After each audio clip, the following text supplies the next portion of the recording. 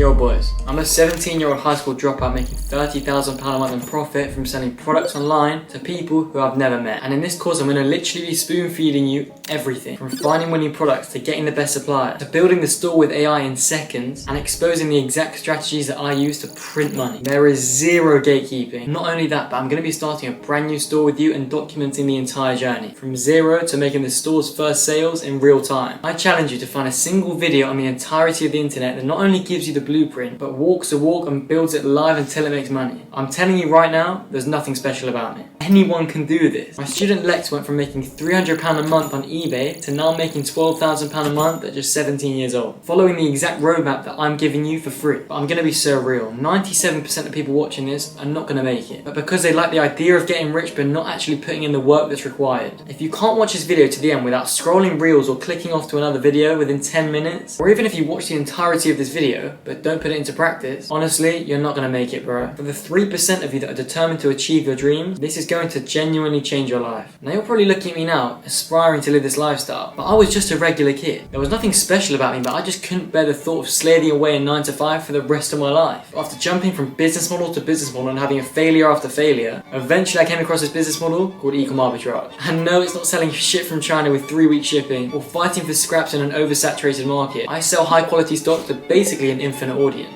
Unlike dropshipping where you're on a hamster wheel of getting the next sale, the products that we're selling are so high converting that the marketing is light work. And this is the exact business model that makes me £30,000 a month at just 17 years old in pure profit every single month. I was in Miami a month and a half ago, I'm going to Dubai in 2 weeks. I can buy whatever I want, whenever I want. And it's not just me. I have students inside of my one-on-one ECOM Arbitrage coaching program who are doing hundreds a day, if not thousands. We're not special. All it takes is working hard with the right systems in place. And you lot don't understand how much I wish for a video like this when I was just first starting out. I had to learn it all the hard way. I lost so much money and made so many mistakes so that now you don't have to. So let's get into it. Okay, yes boys, now welcome.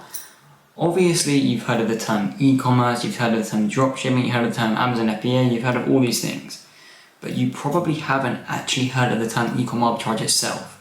Now before we actually get into showing you what to do and how to make money with this business model, I'm going to be explaining and defining what ECOM Arbitrage is and how it is different from its competitor business models.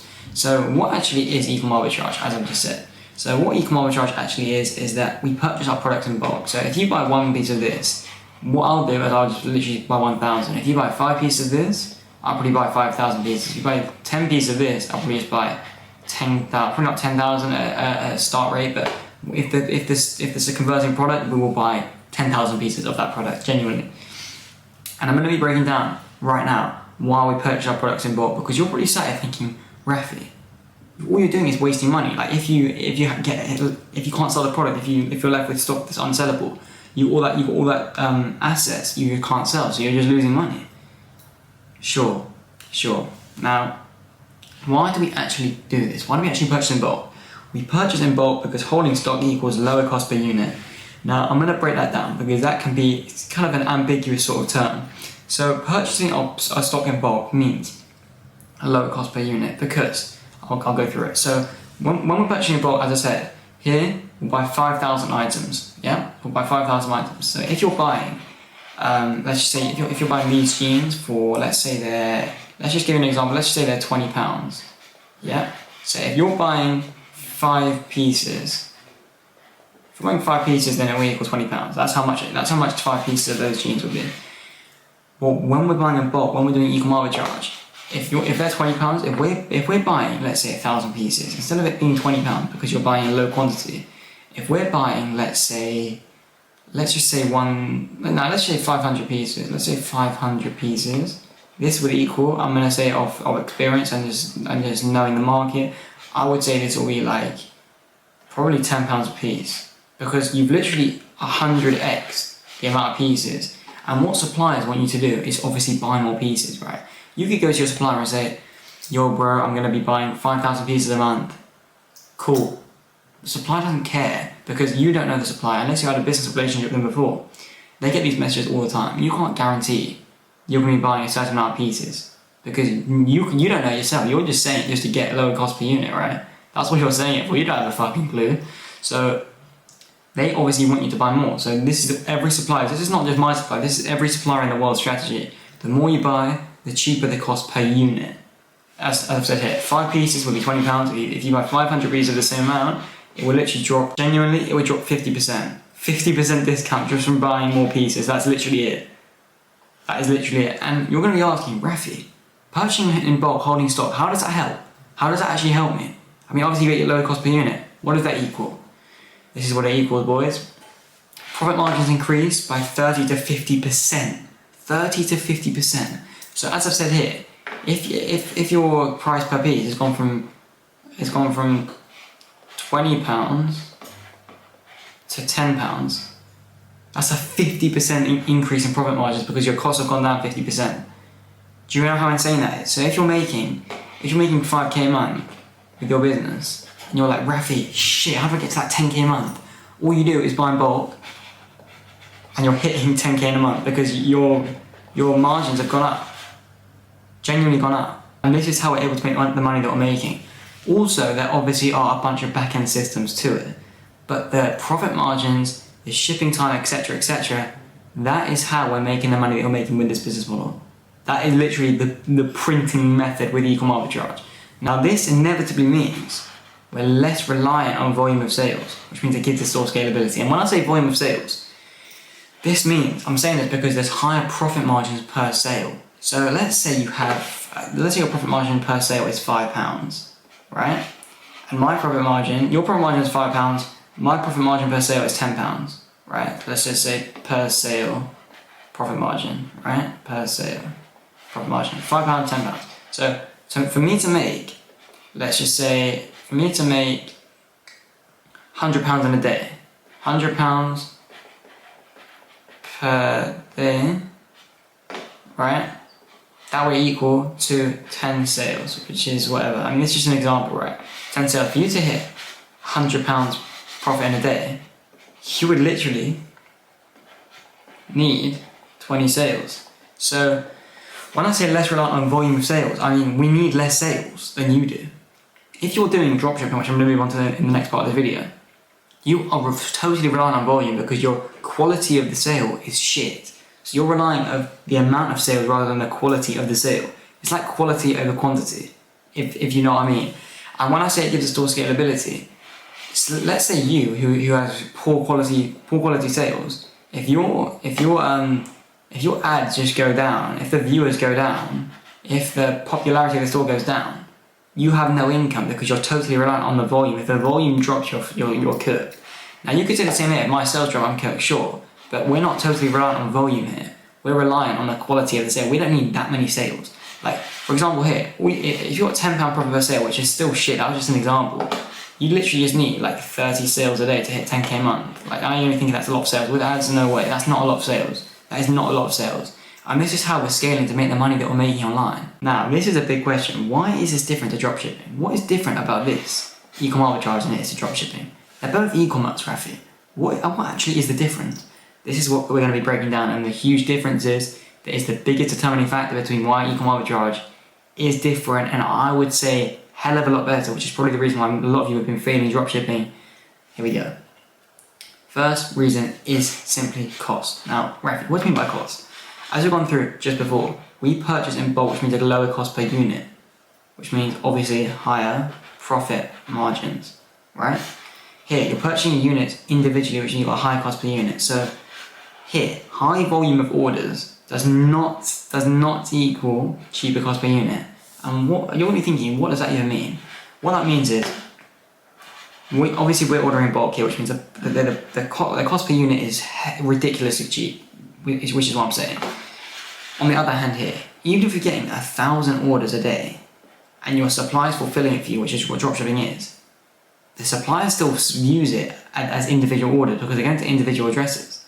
Which means if you get 1 million orders in a day, the price per unit is going to be the same as if you get 1 order per day because you're not holding the stock. If you're buying in bulk, it's a different story for these suppliers because that's a guarantee. You can't guarantee how many orders you're going to get in a day, right? These fulfillment suppliers, they don't care. These dropshipping suppliers do not care. They have a set price. If you don't buy in bulk, you pay the dropshipping price no matter how many orders you're getting, no matter how many orders they're fulfilling per day. Which inevitably means your costs are literally fixed. You have fixed costs with dropshipping because the cost per unit stays the same always. Always stays the same when the supplier fulfilling it for you. Therefore, costs for e-com arbitrage are significantly lower and dropshipping costs are significantly higher. So that's why I would say it's a big reason for dropshipping and e-com arbitrage having huge differences and why e-com arbitrage is better on the cost part. Now next up, shipping time. You're going to be thinking, Rafi, this is irrelevant. This is irrelevant. What does this even mean? How is this relevant? So I'm going to put an EA here for e-com arbitrage and a D here for dropshipping. Now, fast due to close proximity is a key word here, proximity to customer base. What do I mean by that? Now, you're going to be shipping out from US, EU, UK, right? That's where you're based. You're in the UK, EU, US. Your customer base, right? I'm going to tell you because I've been in the e-com arbitrage game for a while. Your customer base is mostly going to be from the UK, EU, and US, simply because these people have more disposable income to pay for your product, right? This is where most of your sales are coming from. Genuinely, this is where most of your sales are coming from. Which means if you're based in the EU, UK, and US, you're going to have really fast shipping to your customers. So if you get a sale from a US customer and you're in the US, that will be like 3 to 4 day delivery. If you're in the UK and it's to a UK customer, then it will be 3 to 4 day delivery. And same with the EU. If you're shipping from the UK to the EU, it will be 5 to 7 days. That's what people expect. UK to US, 5 to 9 days. That's what people expect. Leads to satisfying and returning customers, which means it's also a compounding business. When you get returning customers, which I crossed out here, or like annoying, I don't know why I did that. Returning customers, if you've got a 10% returning customer rate, your sales increase by 10% every single month because your returning customer rate compounds, which means your revenue is guaranteed to go through the roof every single month. It's going up every single month, it's compounding. The more customers you get, if you know you're delivering a good service, if you know you're delivering fast shipping time, satisfying customers leads to returning customers, good reviews, and obviously more customers to come. Now, on the other hand, dropshipping, slow shipping due to products being shipped from the Far East. Where's the Far East? The Far East is China, Bangladesh, I'm just going to put Bang just as short, China, Bangladesh, and Vietnam. These are the main three, China, Bangladesh, and Vietnam. Now, if you're shipping a product to someone in the UK and you're shipping it from your China supplier, that is going to take a very, very, very, very, very long time to get to the customer. I would say approximately 2 weeks. When you're buying something online, put yourself in the customer's shoes. Do you think people are going to be satisfied if they have to wait 2 weeks for a product that they want? Like, these people want like next day delivery ideally. 7 to 9 days is like as far as you want to go for delivery. 2 weeks, this will lead to chargebacks. As I've just said, no one wants to wait a long time for delivery. It's going to lead to angry customers and chargebacks. What are chargebacks? You all know what a refund is, obviously. They demand a refund, and what some customers do is they actually demand chargebacks. So they call their bank up and they're like, this store's a scam, they promised me good delivery time. Even if you haven't promised them good delivery time, no one expects to wait 2 weeks for a product. They'll be like, I want a refund. The bank chargebacks it to your store, they take the money from your store, and you lose a sale. Which means you're losing money, right? You are losing money. And it not only does that, it damages your Shopify store. If your chargeback rate goes above 1% of your order is a chargeback, you're going to get shut down very, very quickly. So this is why a lot of these dropshippers fail, because they simply can't fulfill the customer's needs. Genuinely, that is the main reason why they can't fulfill the customer's needs.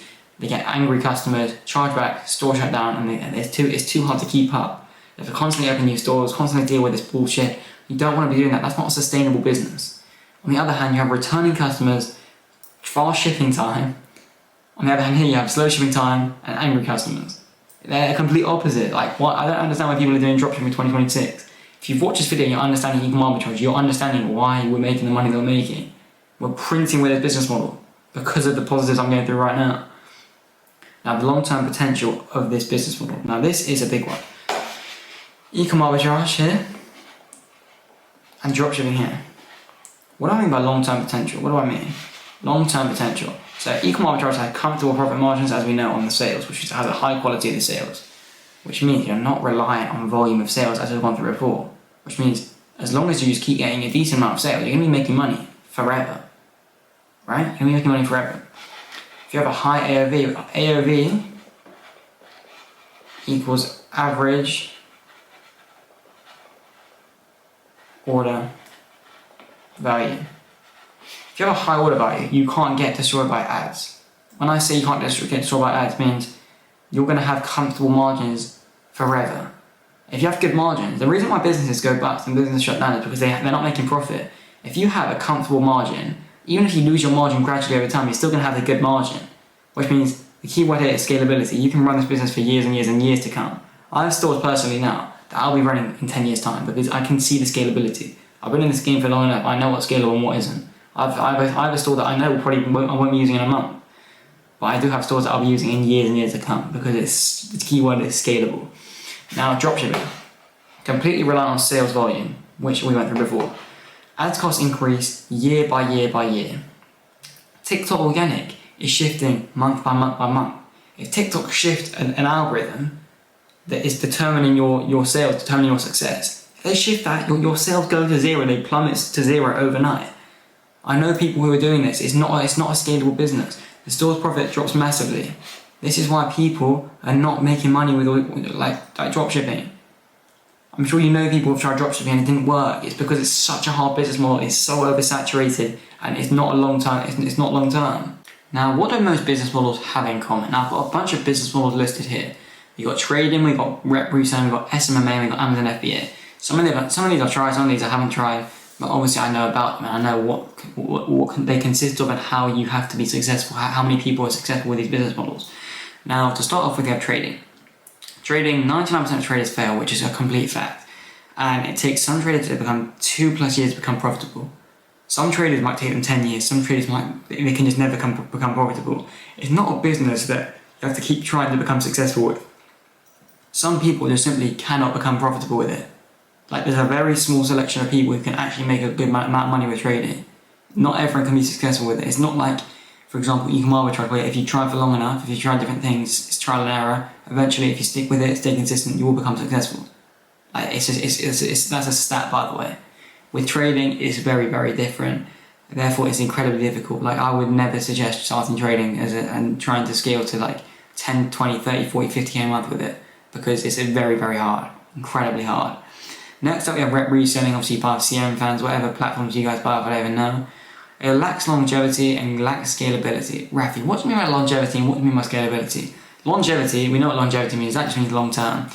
Rep reselling is not a real business. Firstly, in the UK, we have a thing called trading standards. Now, if you're doing a legal business, which is rep reselling is illegal in the UK, US, and in the EU, legally it is illegal.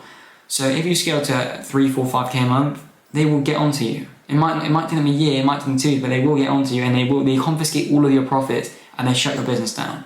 Do you want that? Or do you want a business that runs legally, makes 20k a month, and that is long term, that can last 10, 20 years? Because I pick the long term one.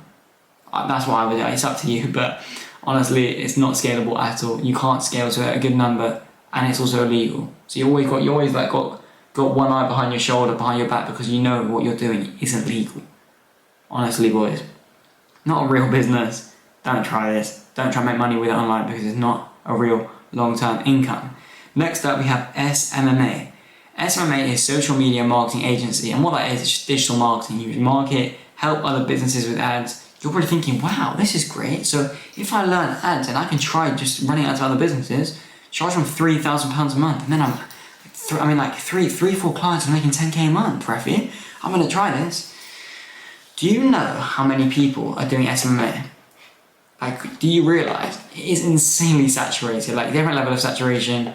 In 2018, 2019, it was probably a good business model to start, but now every teenage entrepreneur is doing this because they've heard Imran Gadzhi, all these people, Alex Hormozi saying this is a great business model. Bread Scales is so saturated. These people were starting their agency before it became that saturated. Honestly, it's incredibly difficult to differentiate yourself from your competitors and show why you're different and actually get better results than your competitors. Genuinely, I genuinely wouldn't try this. It's unless you're insane at marketing, that people are going to be like, why am I choosing you? I can do it myself, or someone else can do it the same as you for cheaper. So honestly, SMMA is incredibly saturated, probably not a business model worth starting and trying to make a long-term income with in 2026. And here we have Amazon FBA. Amazon FBA I actually tried back in the day on my come up, and what I've realised is huge startup costs. If you want to make literally 10k a month with Amazon FBA, you have to be putting in 20k a month. Like, the return on investment is not good, so you have to have a huge amount of startup costs to dump into the business, and then you get a money back. You have to have a lot of money to invest if you actually want to make good money with it. if you wanna make 3K a month, you have to have like 5 to 10K saved up to start. So I would not suggest it. Extremely difficult for beginners. It's really difficult for people who are just starting out and never actually made a good amount of money on online business. So I really wouldn't suggest Amazon FBA. Really hard, really high startup costs. SMMA cooked in 2026. Competition is just disgusting. CRM fans lack scalability, not legal, and you can't really make that much money with it. And trading, the hardest business model, I would say, like incredibly hard. Like if you want to spend 5 years of your life dedicated and determined, wake up at 6 a.m. and trading all day on the market, scoping the markets, and sure, but I would really not suggest doing this. Really hard business model to try. Now comparing all these business models to ECOM arbitrage, low startup costs. As I said, it's the actual systems, it's the integrations, it's the back-end funnels that is needed for the investment. But it's not a big investment, but you do need it if you want to make good money with this business model. The actual startup cost, buying the stock, building the store, using Shopify as a host. You could start with the actual startup cost, so like you can start with like £100, like 80 to £100 genuinely you can start with. Huge scalability, like insane scalability. I'm making 30K a month profit, 60 to 65K rev per month, which is fucking insane. Insanely unsaturated, as we went through before. Most of you have not even heard of this business model. You've heard of dropshipping, you've heard of e-commerce. E-com arbitrage is so untapped, so unsaturated. Nobody's doing it the way that we're doing it, which means there's no competition. Hugely unsaturated, which means we're able to capitalize with that and make a shit ton of money with it. And this is one of the big things. It doesn't take a long time to master at all. Key thing is, when you have the key word is right systems in place. You need the right systems. When you have the right systems in place, it's just about being consistent and you will start seeing results. Genuinely, doesn't take long to master. I literally went from like making 3K a month online to 30K a month in way less than a year, which means you can go from 0 to 10K a month within a couple of months. Genuinely, put your mind to it, have the right systems in place, you will make money, and here we go. It's suitable for beginners, which is exactly the key thing that I wanted when I was starting out.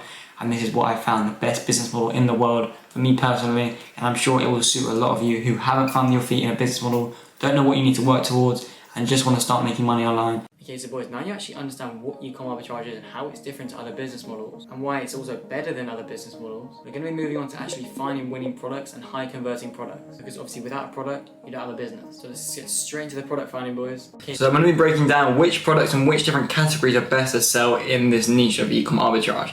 So to start with, as you can see here, we have 3 different routes that you can take. 3 different routes. Now you've got vintage clothing, you then have also winning products, and then you also have branded e-com. Now, there's a bunch of different kind of strategies that you can use in these 3 different routes. Now, where I've made most of my money is vintage clothing. That's just where I've made most of my money. Winning products are like the products that you see on dropshipping stores. So like just products that you just see, it's just a one product store, if that makes sense. So for example, you could see like a, for example, let me just think of a dropshipping type product.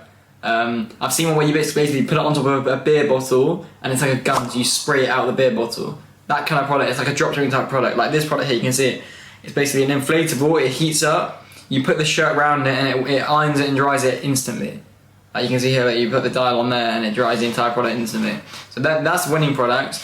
And here, branded e-com. What I mean by branded e-com is, you basically find a product you're gonna make, totally unbranded, and you make your own brand around it. So I'm not talking about Louis Vuitton and stuff, I'm talking about finding an actual product. For example, if you're selling a mouse like this. So if you're selling a mouse, you might brand it, you might make your own name for it. So as you can see on this makeup product, they've named it Dysfer. I mean, I think that's already a well-known brand, but you can basically brand your own skincare products. It's literally that easy. And the way you brand it is basically just make a logo, make a name, and you slap it on, and it increases the value of the product because it's branded. It adds value to the product. And this is all about product psychology, all about customer psychology. Now, obviously, there's 3 different branches: vintage clothing, winning products, and branded e-com. Now, we're going to be breaking down individually which ones are the best and which ones I do and which ones I suggest doing. So to start off with, vintage clothing. Okay, as you can see. Now, for a supplier, obviously at my point, I'm using a private supplier here. Private supplier. So private suppliers obviously give better shipping times, better product quality, and obviously better product range. Obviously, because it's just a private supplier, they're better suppliers. Now, if you don't have a private supplier, I would suggest using Fleek for this, because Fleek have some good suppliers on Fleek. Obviously, they're not the best, but they have good suppliers. But me and my students are using private suppliers just because you can make the most money quicker and at a better rate than you can with suppliers like Fleek. But I'm going to show you quickly what kind of stuff and how to find product on Fleek. So here we're going to search up Fleek, and you can see Fleek here. And I'm going to show you basically how to actually find a good product. how to actually find a good product. So as you can see here, it says suppliers. Click suppliers, and it will take you over to these kind of sections. And we're not looking for a supplier here, we're literally just looking for which products to sell. So if you've chosen that you're going to sell Carhartt jackets, you want to find a supplier that sells mostly Carhartt, because they're going to have the best quality of Carhartt, right? If they sell a broad range, they probably won't have the best Carhartt, they probably won't have the best volume of Carhartt. This is another thing. You have to make sure that your supplier can fulfill your volume. Because if they don't have that much volume, then they're not a good supplier. Because if you're getting a lot of orders, they can't fulfill your orders. It's as simple as that. Now here, as I've said it, these guys have Carhartt jackets at the front. And these are like the decent niche. Note down Almira Vintage Store. That's a decent one. As you can see here, the Adidas mostly, North Face. You wouldn't want to use this for a Carhartt jacket. Here it looks like Ralph Lauren. You want to see loads of Carhartt. This is mostly Ralph Lauren, to be fair. This looks like Carhartt. This is a lot of Carhartt. Look, silver vintage. And you also want to see the repeat buys. Repeat buys means it's like a lot of them. 496. That means they're a good supplier. Loads of Carhartt here. Look, all Carhartt. This is really good. So I would personally go for silver vintage. And when I'd say product, now with vintage clothing you can sell any sort of vintage clothing product, it's completely up to you. Carhartt jackets is quite a good one because, I mean, look here, £188 for 10 pieces, that's pretty good. You can sell them for like £40 a piece. But we would sell them in higher quantities and larger quantities in the vintage clothing niche. Now, it's totally up to you, I'm not going to give you my exact winning product. But the vintage clothing niche is a massive niche, and if you want to actually make big money with it, you probably do want a private supplier, just simply because that's where you can make the most money, because you're here to make money, right? You're not here to have fun, you're not here to run around, you're here to make money. So vintage clothing, I've made like tens of thousands. It's going up to 6 figures like in revenue very soon. That's just from vintage clothing, by the way, which is insane. Now, where to sell? Shopify, obviously. We're doing ECOM arbitrage here. We're not doing vintage reselling. This is not vintage, this is not reselling, this is ECOM arbitrage. Shopify store, you make a completely optimized Shopify store by AI. Basically drive all the traffic. You start with TikTok organic, as we've gone through in the marketing video. The link will be in the description of this video on how to market your actual products in your store. Drive all the traffic to your store and then you get the sale. Now, fulfillment. This is a big question. Who fulfills the order for you? Yourself. Ecom arbitrage, you order the products in bulk and you ship them out yourself. That's the business model simplified down to a T. Genuinely, if you don't want to make money, then just don't do this. Genuinely, just don't do this. This is how you actually make money, right? And going back to conversion rate optimization. Conversion rate is basically what percent of customers buy in your store. So if you have 100 customers coming to your store and one buys, that's a 1% conversion rate. Now, what I mean by optimization is having a good, consistent conversion rate. Now, difficulty on a vintage clothing niche is easy, because if your offer is good, if you have a good amount of quantity in your box that you're selling for a decent price, it seems like an impulse buy, it's a good value for money, they will buy, which means a conversion rate optimization is easy. It's an easy way to get a high conversion rate, genuinely, very easy.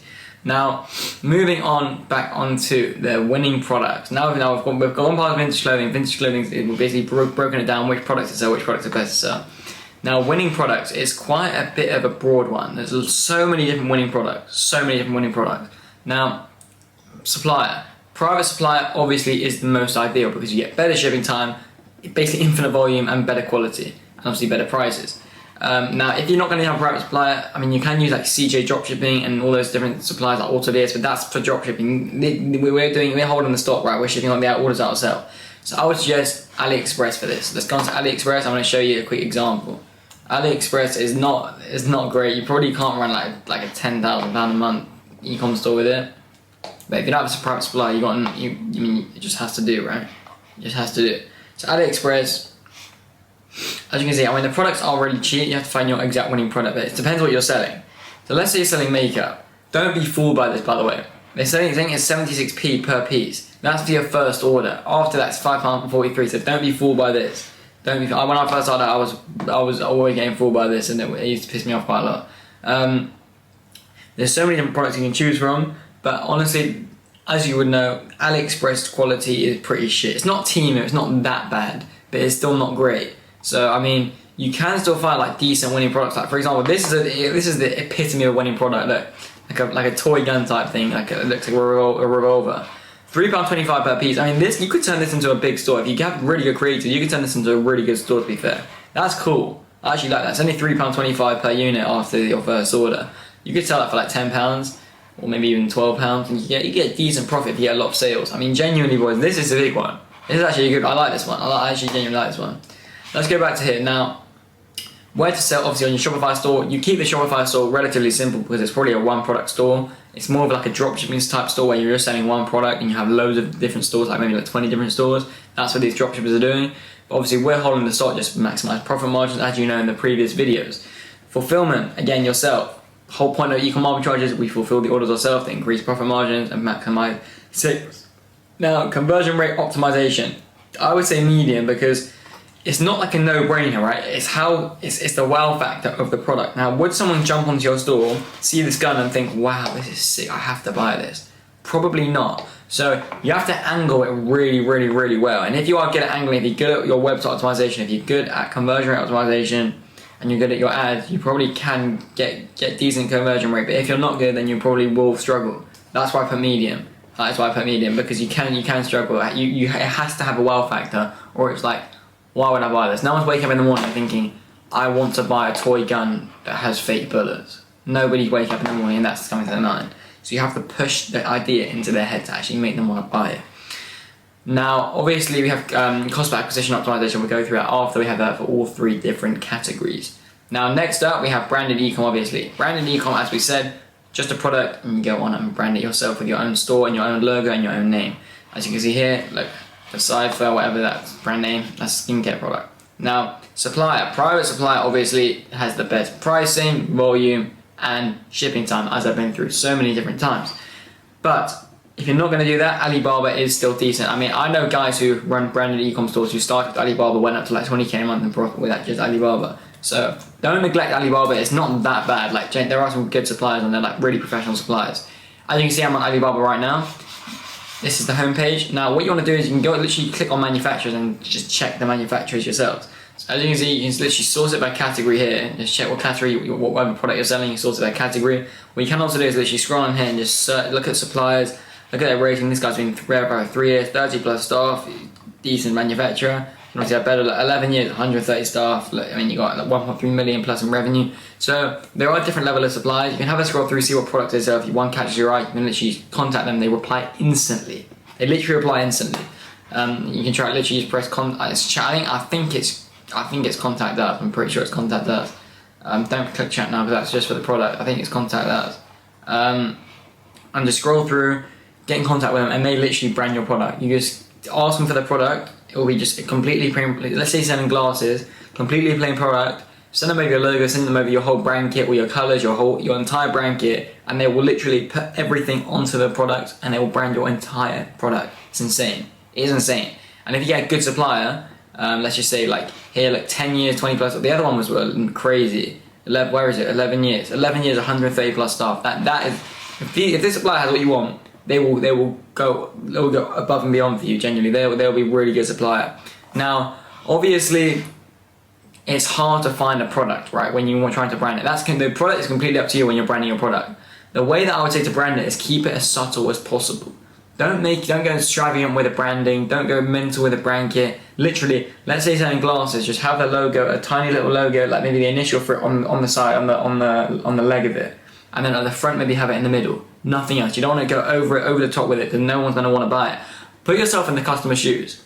If no one wants to, if you're not going to want to buy it, why would they want to buy it? You put yourself in their shoes. You've been a customer before. Just make stuff, sell stuff that you would want to buy and you think other people would want to buy as well, because then you will get a successful store. You have to empathize with the customer and you have to put yourself in the customer's shoes, or you're never going to make money with this business model.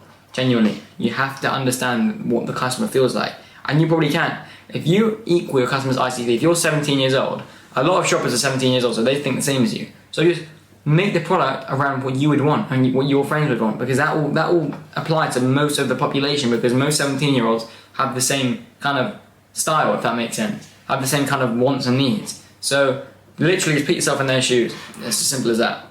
Now obviously, where to sell Shopify store, that's what we sell, that's where we print money. And then fulfillment yourself again. So I mean, this is probably the easiest one to fulfill yourself, because they'll just send it to you in boxes. You don't really have to pack it up. They'll probably send it to you in a box, and all you do is just put it into a mail bag, into a box, and then just send it off and put a label on it. You don't have to like pack it up and grade it yourself like vintage clothing. Now what's actually different with the branded e-com than it is with the vintage clothing e-com is that with the vintage clothing e-com, we will get like, I would say 3k pieces of these in a massive box. We'll have to take them out of the box and grade them, and then we'll have to box them up again and send them out on our e-com store. So it's a lot more work. It's a lot harder. With the branded e-com, you know what you're getting. Like, you know the product is brand new. They'll probably send you it in like a, let's say your brand is called High. Or High. It will come in a High box. What you got to do is put that shit into a mailing bag and just send it to the customer. It's literally as simple as that. Like, there's nothing else. So it is a hell of a lot easier.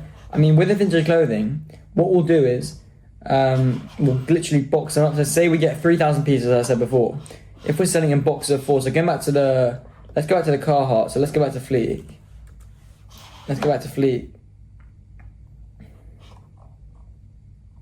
So for example, let's say we're just selling denim shorts. So let's say we're selling a box of 10 denim shorts.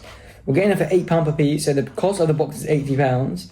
And then let's say we're selling it for £110. So the profit's £30 after cost of goods sold, and then after ad spend, if we're doing ads, then we'll probably be around £20 profit per box. So we're getting 3k, let's say we're getting 3k of denim shorts. And then we'll sell them in boxes of 10 pieces. We'll box them up in 10 pieces instead of selling them out just individually. That's how we do it. That's how we do vintage clothing. That's how we're making the money that we're making. We're selling them out in boxes. That's how you're going to want to make money with this business model. That's how we're printing money. Buy them in bulk and then box them up into smaller quantities. Not smaller, but I'm saying like boxes of 10. That's how you're going to make money with this business model. On the other hand, with the branded e-com and the winning products, you're selling them individually.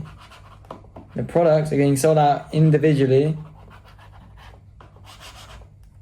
It's different. I mean, it's different. It's up to you which one you want to do. You could do vintage clothing first, when that becomes successful. Do branded e-com as well. I have a branded e-com store that I literally started like a couple months ago. It's still growing. But honestly, start with one and then move to the other. Now, when I say conversion rate optimization on here is hard, difficulty on the branded e-com, I'm saying that simply because your product has to have such a wow factor, as I said before. Such a wow factor. If it doesn't have a wow factor, it is really, really, really hard. Really hard. And this also links to cost per acquisition. Now, CPA, if you boys haven't heard, CPA equals cost per acquisition. That's messy handwriting. Cost per acquisition. That's what CPA means. Now, what does that actually mean? So when you're running paid ads on TikTok and Meta, cost per acquisition basically means cost per sale. Cost per sale. And what does that actually mean? It's actually ad cost per sale. So how much you spend on the ads per sale that you get. So if you have a £5 cost per acquisition, so £5 ad spend, so if your profit's £30, after ad spend, if you've got a cost per acquisition of £5, your profit will be £25 per sale.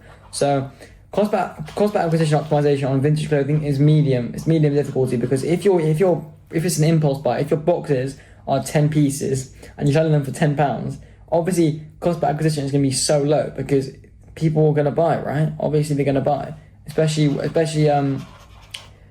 the offer's amazing. I mean, if you got a good ad and the offer's amazing, the cost per acquisition is going to be insane. Now, cost per acquisition on this is harder because, as I said, it needs to have something about it that's like wow.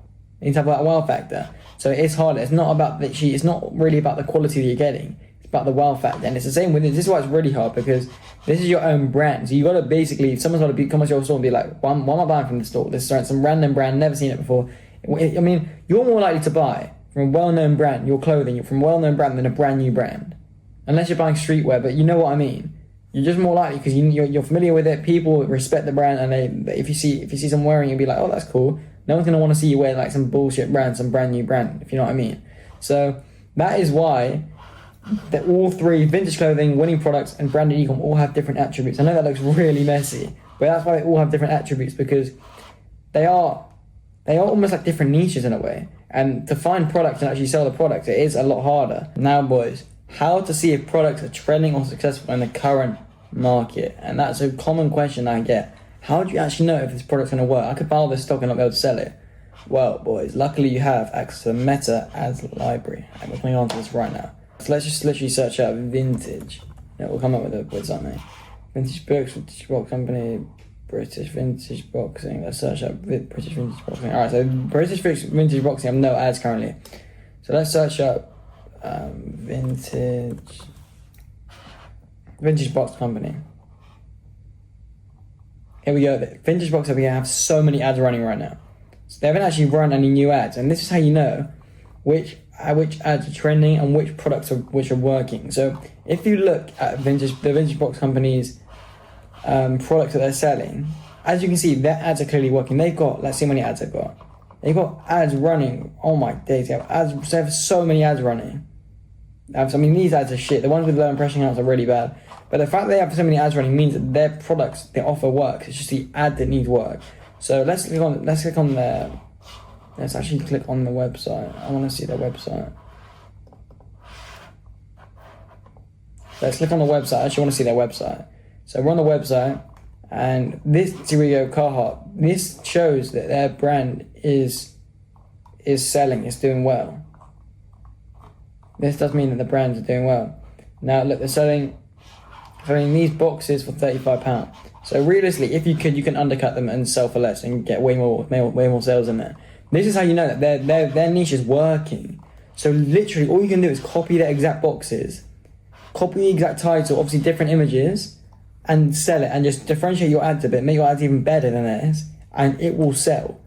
You can do this for any niche. So if you want to sell branded glasses on a branded ECOM Arbitrage store, search out, find a branded glasses company, and find if that kind of niche is doing well at the moment. If that niche is doing well, you can do the same. With a new brand name, you can do the exact same. There's no reason why you can't do the exact same. You can print money. As you can see, this offer's working, boys. Look how many ads they have. Go back. Let's go. I want to go back to the ads. Look how many ads they have. They have literally at least 30 to 40 ads running. At least. Which means the offer's working. All you need to do is make your ads good and you will print money. Genuinely, you will print money. Now, obviously, the Meta Ads Library is amazing. There's one other tool I want to go through before we finish off this video. And this tool is a cheat code to knowing how much the store is actually making. I don't personally use this tool, but it's insane. This tool is called Shop Hunter. Shop Hunter basically tracks stores' revenue. So you can go on Shop Hunter, search up Vintage Box Company store, and you can literally see how much money they're making. And you can base your store off of that, because you know which stores are making money and which ones aren't. The ones that are, just copy their niche. Copy their niche, copy their products, and you will print money. There's no reason why you can't copy their store and make an insane amount of money. That's how you make 10k a month profit with this business model, boys. Genuinely. Just magpie the store, know what's trending in the market, and make it for yourself. There's no reason why you can't do this. I'm printing money. I have 6 stores for myself. I'm doing 30k a month in profit. So now you have your product. All you need to do is find a supplier for that product. Now honestly, a supplier is a big part of the business because it can literally control profitability inside of the business. If costs are higher, if shipping time's longer, it can affect the cash flow of your business quite a lot. So that's what we're going to be going through next, showing you how to find the best possible supplier that you can possibly find. Let's get into it, boys. Okay, so to start off with, I'm going to start with a vintage clothing ECOM Arbitrage connection integration. The most commonly used website is Fleek. You're going to be thinking this is very, very amateurish. Personally, I do use a private supplier. I'm not telling you have to use a private supplier. Me and my inner circle students do use private suppliers, firstly because the price is cheaper, and secondly because shipping is faster, which is a lot more convenient and helps with returning customer rate because you got more satisfied customers. But you really don't need to use a private supplier to start with. You really don't. But here, so you've got Fleek. The way that you use this, you literally scroll through wherever you're looking to sell. You basically search it up, but there's millions and millions of different suppliers on here and a million different products that you can buy. It's very, very good for buying in bulk, as we do with ECOM Arbitrage. You buy in bulk to increase profit margins. So I'm going to search out whatever you're selling. Let's just say you're selling.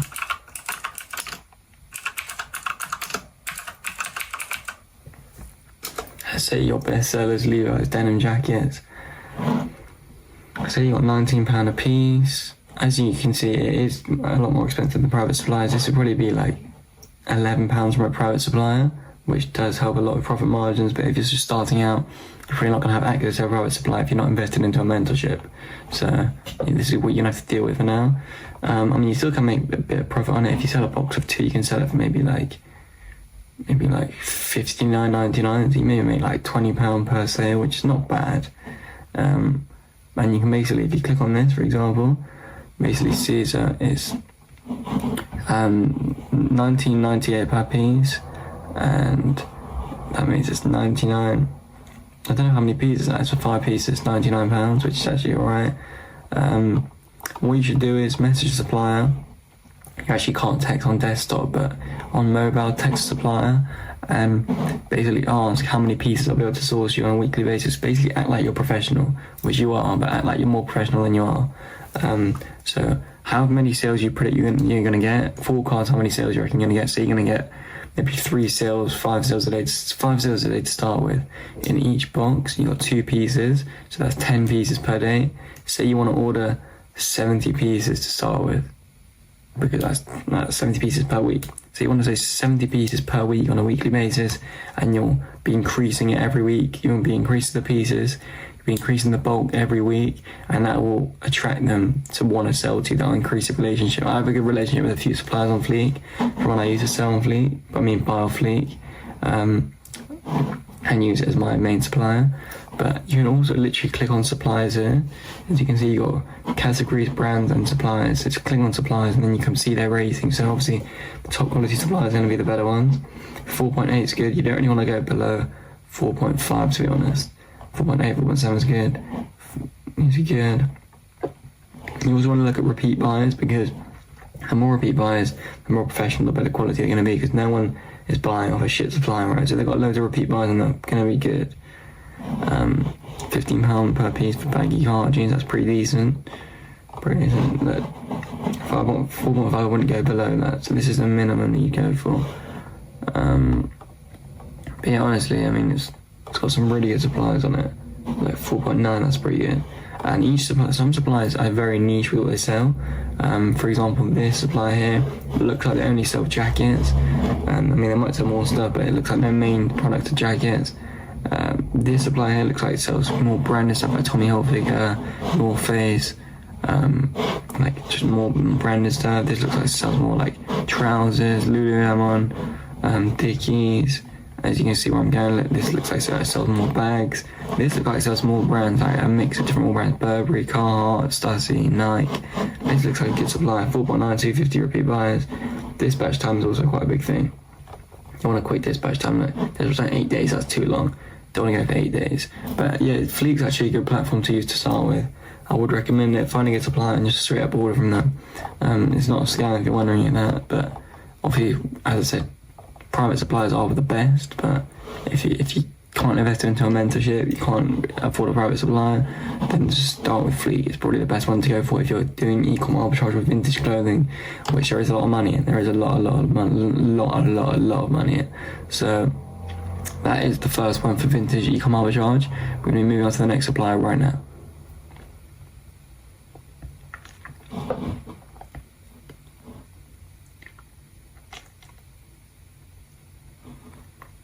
Okay, so I'll basically split the video into 2 halves. The first half is vintage e-com arbitrage. The second half is more like the dropshipping e-com arbitrage with like actual products, or if you want to build a branded store. So the second way you can find a vintage supplier is go onto Google and literally search up vintage clothing suppliers. Just straight up, just search it up, and just literally have a scroll. So you have these type of suppliers. Vintage wholesale supplier. Everyone's heard of this supplier. Let's click on it. Everyone's heard of vintage wholesale supplier. Probably the most well-known vintage clothing supplier in the whole of the UK, maybe even the world. They've got a massive catalogue, but firstly, their clothing comes with a lot of stains, really bad quality, and it's also pretty expensive. You get grade A items, it's pretty expensive, and it kind of leaves you with shit profits. They're taking all the profits. You don't really get that much profit out of it. So I'd honestly stay away from vintage wholesale supply. They're pretty shit. But honestly, just have a scroll. Genuinely, just have a scroll. And there are actually a lot of suppliers in the UK, like Fox Vintage Wholesale, Saeed Vintage Wholesale, have you seen that? Let's go on Fox Vintage Wholesale. They even do handpick, which is actually really good. It means you basically do a video call with them, or you can even go in, physical handpick, personally set items, best you. So they basically video call you and show you each item, the quality, what it looks like, instead of then just picking it out for you, which is really good. Pomps are available from Monday to Friday, 10 AM to 3 PM. So you could genuinely even just go in and just pick the clothes yourself, like on a weekly basis. Or even just have a video call with them.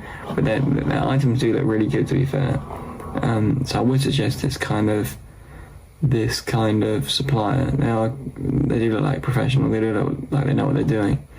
So I would suggest going for this sort of supplier, especially when you're going to do a hand pick's always decent, but when you start doing it on scale, then it's too much, so that's when you want to switch to a private supplier. But I mean, I started with a private supplier like pretty quickly after I started using Fleek. You got loads and loads and millions here. It's millions and millions. I'm going to give away a quick supply that I use. I've got a good relationship with him.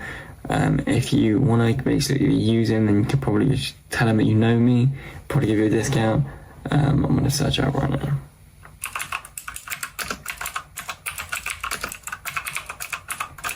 They're based in India. It's called Raj Vintage Clothing. Here he is. It's a very complicated website. He's also on Fleek, so you can find him on Fleek as well. You can book a handpick session again. It's got loads of different brands. They've got millions. They've got an insane amount of clothing. Like the volume of clothing that they have is insane. Like you'll be able to order like 10,000 pieces from this guy like per week. He's got that much. I'm just clicking on jacket. If it wants to load, Raj. Want to load? I don't know if that's just the exact pieces on there. Select options. It's just 200 quid for that, but they sell like for a lot. It's got 72 of these. I just hovered over it, just said that. It's got 72 in stock, which isn't actually a lot for this. But if you order like jeans or like jackets or like puffer jackets or like, I don't know, like polo shirts, he'll have like, you'll be able to order like 3,000 pieces per week, which is way more than enough. Like that's the level that I'm doing on my best store. So I mean, yeah, I mean, you don't need that much to start with, obviously, but he's got more than enough, way more than enough that you'll need. So yeah, he's pretty good. You can basically tell him that you know me, and he'll probably give you a discount, prioritize you as a customer, which is pretty good. But yeah, I mean, you guys, as I said, you can literally scroll through Google, just have a little browse. Before that, just search for vintage clothing supplies, and it'll literally give you a bunch. Just choose one. They're not scams. No, they're not scams. Don't go for like one off Reddit, but just find an actual website, like one with name, like one with an actual brand, like name, like Fox Vintage, Slade Vintage. One of these. Just go with one of them if you're not going for Fleek or Raj, and if you're not going for a private supplier like me and my inner circle students go for. Okay, so now I'm going to be switching to the other half of the video where I'm basically talking about dropshipping sort of suppliers. It is ECOM arbitrage, but it is just a dropship fulfillment type thing, and you can get private suppliers when you do this. So the main platform that people use is AutoDS, as you can see in the corner. AutoDS is basically a fulfillment method and fulfillment center, I guess, where they also source the products that they supply, and they also fulfill it for you. So they source the products essentially. So if you, I'm not even using AutoDS. I don't have an account, and I don't use it anymore because it is pretty amateurish, I would say. No dropshipping, no ECOM arbitrage who's making a lot of money uses AutoDS. Just because it's slow, products are shit, expensive as well. You've got to pay tax on it, etc., etc. But basically, what you do is you basically scroll through AutoDS, connect it to your Shopify store, which you'll be able to find if you're going to use AutoDS, and then scroll through, find a winning product, make sure that it's winning through Meta Ads Library and TikTok, as we've gone through earlier in earlier videos. It's actually a video. It says I make £30,000 a month from posting TikToks. Watch that video because that's linked to the marketing and how to find the products. But also the SEO, you'll basically find a product and then you'll connect it to your Shopify store. Every time you get an order for it in a Shopify store, the supplier will you auto buy it from them. The supplier will basically ship the order for you, so you don't have to do any shipping because it's what dropshipping is, but it's just a different method of fulfillment. So it's still ECOM arbitrage, but it's just a different method of fulfillment. And they'll ship the order for you, and you don't have to hold any stock. That's basically how it works. Not really much else to it. I mean, you can start with, if you want to dropship fulfill and not hold the stock, if you don't have room in your house or etc. for any sort of reason, if you can't be bothered to pack the orders, and it's obviously cheaper to start because you buy the stock when you make the order, so you don't have to have the risk of not being able to sell the stock that you've already bought. So you could start with it, but I would suggest doing ECOM arbitrage, to be honest. I just would suggest it. Now,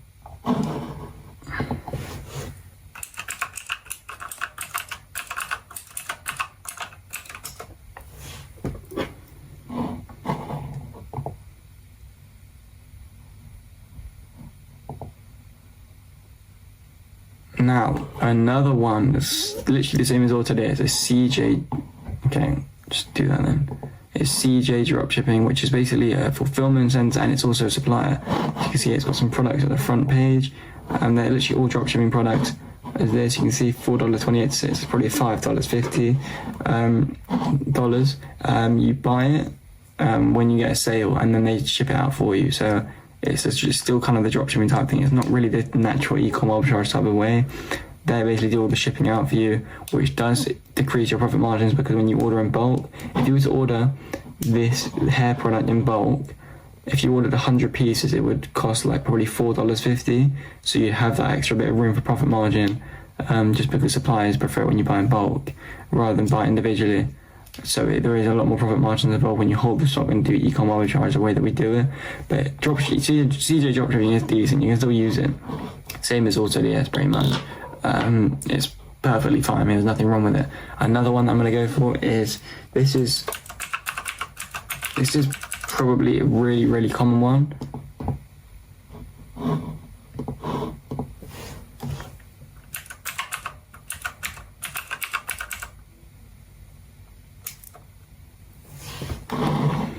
Okay, so another one I'm going to go for is AliExpress. This is a really common one. Really common one. It's just loading up. I'm sure everyone's heard of AliExpress. This is a supplier, and it also fulfills it for you. So obviously you connect it to your Shopify store, and every time you get an order, it will essentially you'll put the shipping address of the buyer, not as you when you buy the product, and they'll ship it straight to the buyer. Only thing is, it is quite expensive. Like this is a scam. It's not actually £1.20. £1.20 for your first order. When you haven't ordered before, it gives you a new shoppers only discount. So after you've made one order, the price goes to £3.30, goes to £4.42, goes back to the original price. So don't be fooled by saying, oh, I've got that insane profit margin. No, it's not, because that £3.75 on those gloves is the actual price. Here, $5.20, putting you off the £11.31. It will cook you for profit margin, so be aware of that. I mean, you can use AliExpress as a decent supply. It's just shipping times can be really long, quite like 3 weeks for this customer to receive it. They'll think this is a scam. This is not a good supply. This is not a good store. I'm not buying from this again. It will plummet returning customer rate. Your returning customer rate will literally fall to zero, which is a problem with having a supplier who's out in China, out in the Middle East, out in Asia, because the shipping times are really poor, and people in Europe, US, in UK really do expect fast shipping times, just because these people are impulse buyers. They're buying on TikTok, they're buying on Facebook. They're not expecting to wait a long time. They're expecting they want next day delivery. These people are used to it. They're in first world countries. They're used to like next day delivery at Amazon Prime, so they don't want to wait that long. But yeah, as I said, you can use AliExpress to start with. It's not a terrible supplier, and some of the stuff is cheap. Obviously, like your professional suppliers, it's sort of 10,000 of these, 1,000.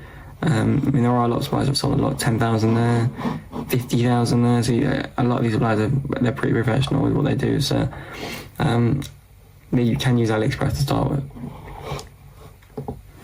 Now, the last thing that you could do to find an actual dropshipping supplier, not dropshipping, but e-com arbitrage supplier, but the dropship fulfills it for you, is literally just search up, do the basic, just search up dropshipping suppliers. Genuinely search up dropshipping suppliers. You can use Shopify's integrated dropshipping suppliers, but obviously they're getting paid. Obviously they're paying these suppliers. The suppliers are paying Shopify to show them, so it's probably a bit biased. Alibaba's a good one as well. Alibaba, you can use that. Literally scroll through, there's loads. There's actually loads.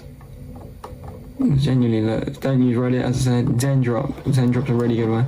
Zendrop, Alibaba, CJ Dropshipping, and AutoDS are good ones for the dropship fulfill method. If you're not doing the vintage clothing or the e-com arbitrage way when you buy in bulk, then I would suggest doing that personally. What you could actually do is you could buy off AliExpress in bulk and e-com arbitrage it that way, so buy in bulk and then ship out yourself from there, which you could do instead of dropship fulfilling it. You could definitely do that. Honestly, the suppliers at least have problems when you do e-com arbitrage. It's actually the ad systems, the integrations, and the back-end systems that we use to basically drive the traffic and get the sales. Honestly, the supplier is really not the problem. You're all just too busy doing vintage reselling where all we have to worry about is a supplier. Honestly, the supplier is really easy to find, really easy to integrate when you do ECOM arbitrage, and it's really just not a problem, so don't stress about it. Okay, so now you have your supplier, at least, obviously, as I recommended in the video, at least 3 suppliers. You never want one, because if you have one supplier and they don't supply you anymore, then you don't have a business, obviously. So now in the next video, I'm going to be basically showing you how to optimize a store completely with AI. And I'm basically showing you how to build the store completely from scratch. And the systems I'm giving you in the next video can easily run a 10k profit per month store. Easily. With a high converting store that we're creating, the high converting system that we're showing you, you can easily print money with the store that we're showing you in the next video. So pay attention, boys, and remember, copy the store. Okay, so to start with, come over to buildyourstore.ai. You'll be taken to a page like this. Now this is basically a completely free AI tool that builds your store within literally 5 seconds. So let's hit here, build my free store. Take you over to this page. Okay, so I've just created a brand new build your store account. Once you've created an account, you'll see an email, password, and your full name. You need to fill this form out. So where did you hear about it? Just put in Google and just press save and continue. Then pick a niche. So this is actually totally up to you. Obviously, you're selling what you want to sell.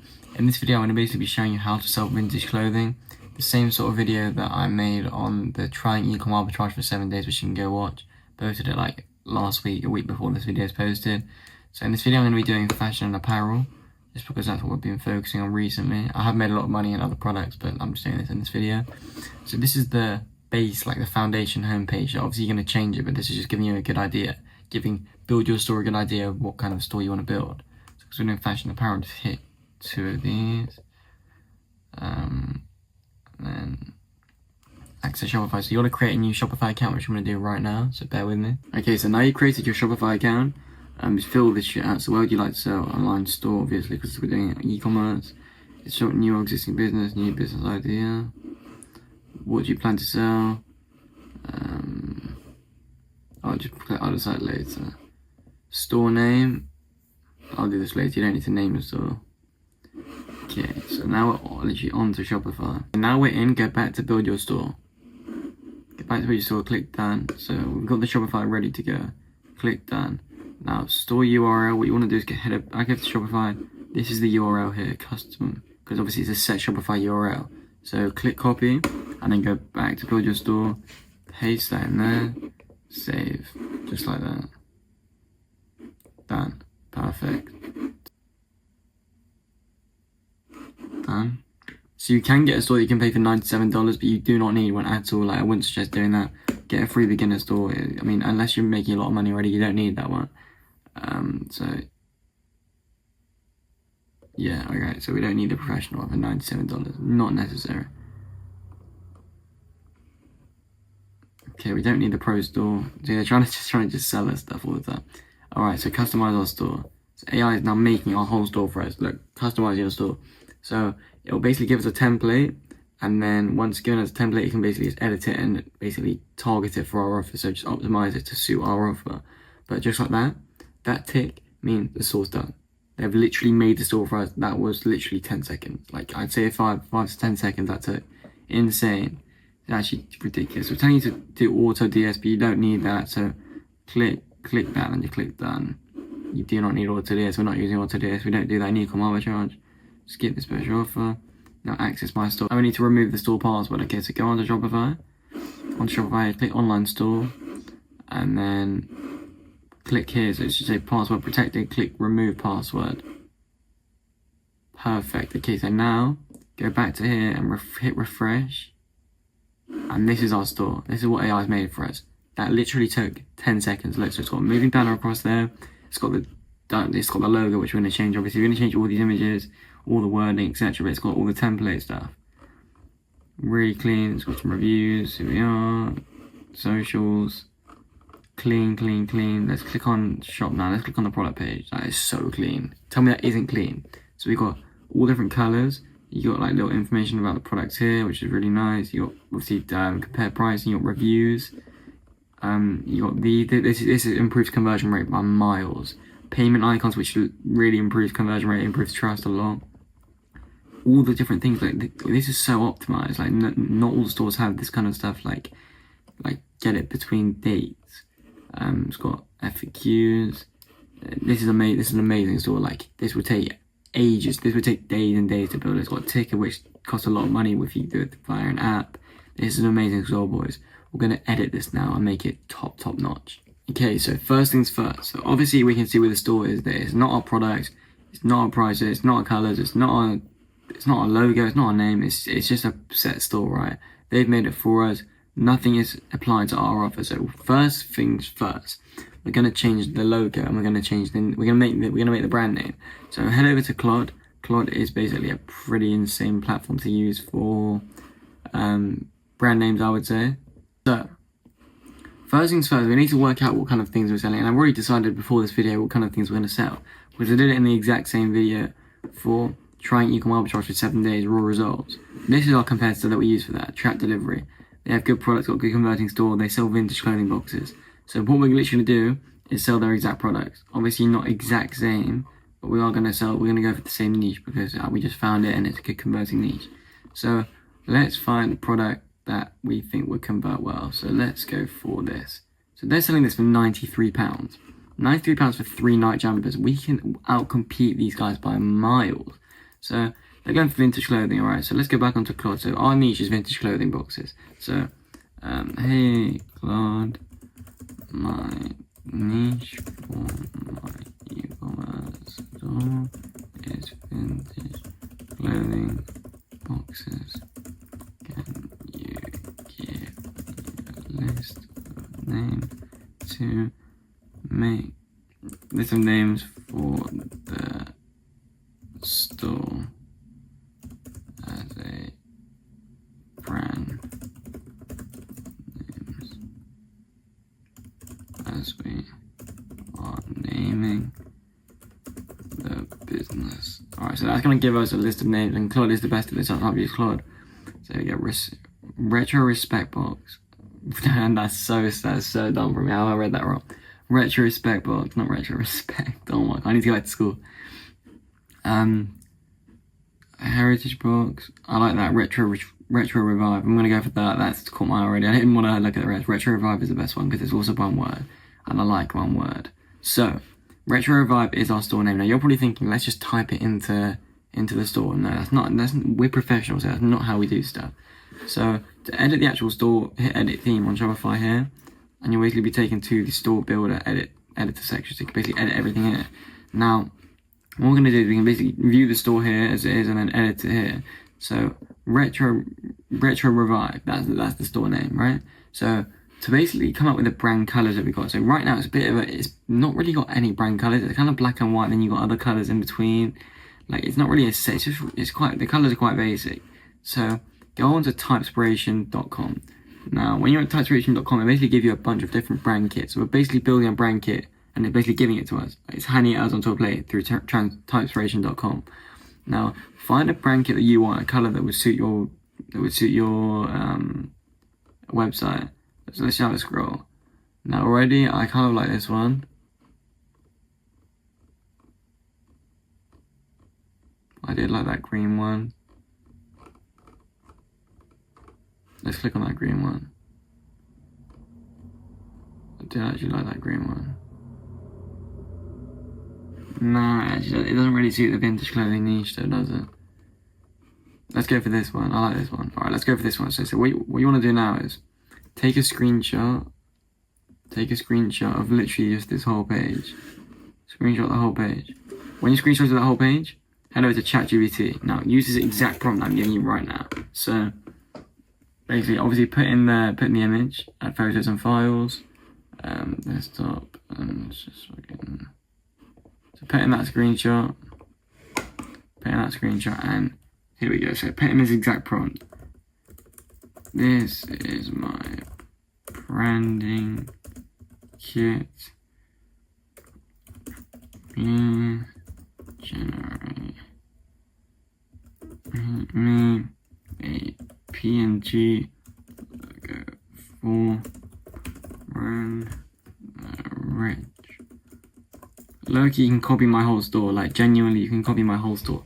Use that exact prompt, and it will literally give us a logo, not some amateurish canvas stuff. It will give us an exact logo using those exact color schemes from that brand kit. And that brand kit we're going to use for the color schemes of the website as well. So it's going to match with the logo perfectly.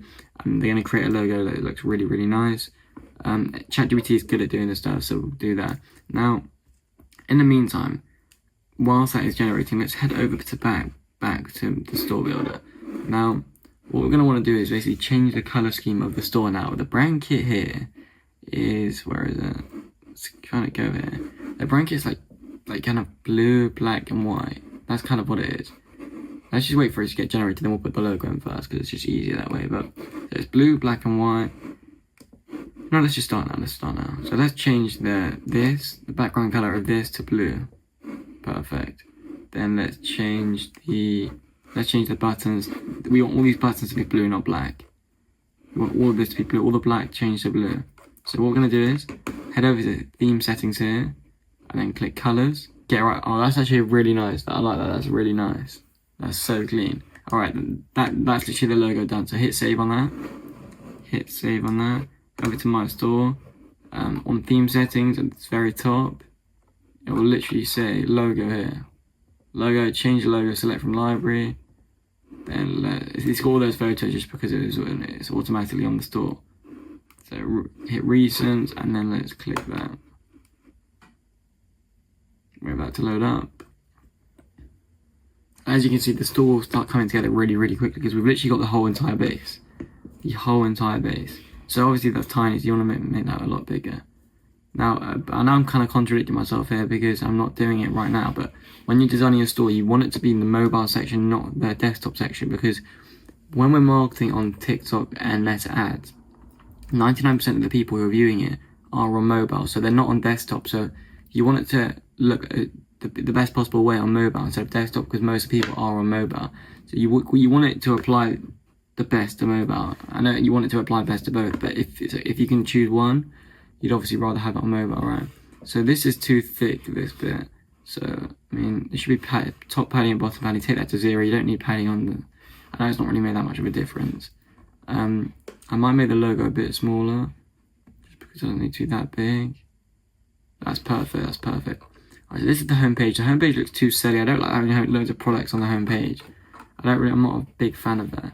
So let's firstly change the color scheme of everything. So that, I don't know why that's red. So red, let's change that to blue. So now all the buttons here, only that button there, it will be blue. Let's make that. Okay. That's that. Surely that should be black now. That's blue. And then go for that to be black. Now that look better as white. You gotta play around with this kind of stuff. You gotta play around with it. Okay, so that button's perfect there. It's just these black ones that we don't really want because it doesn't really match the colour scheme. Now, I would personally say to not have loads of products on the home screen just because it's unnecessary and it kind of makes people bounce. Now I've got experience from this. You don't want people bouncing straight away. So I'm gonna hide most of these products just because it doesn't look good.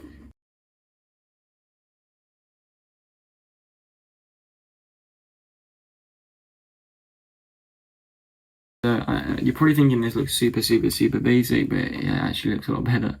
It looks a hell of a lot better. Now we want a homepage banner.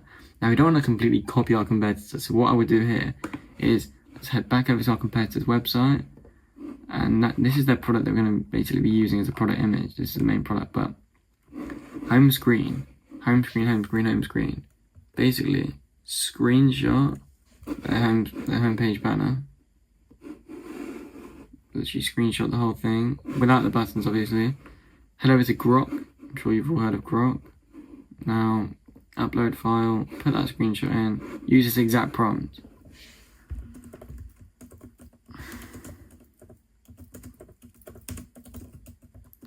Change the background for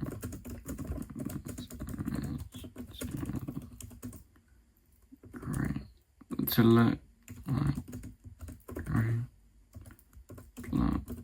natural also slightly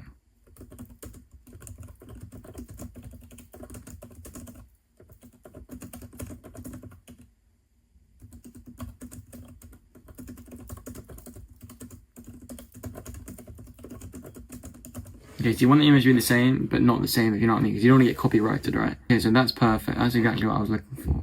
Now, no one would really know that, so yeah, which one's better? Okay, they kind of both look a bit weird. They both look a bit weird, but it will do for now. Especially when you don't have the products on hand. Like, that's good enough to have on your homepage for sure. So let's change your home banner. Change his photo.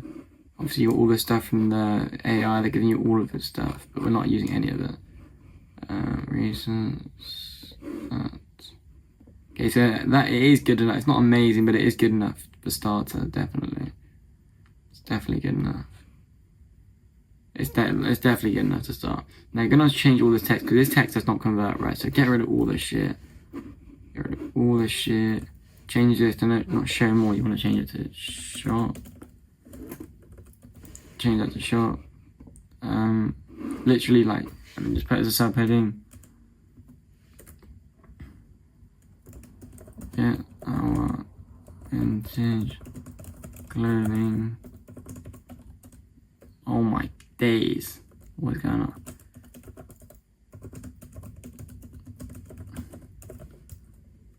So this adds some excitement.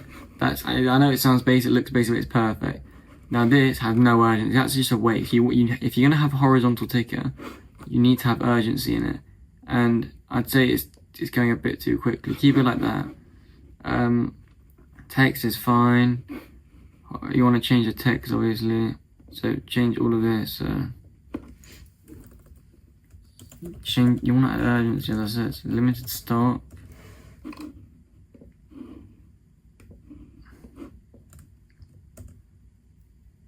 Limited stock.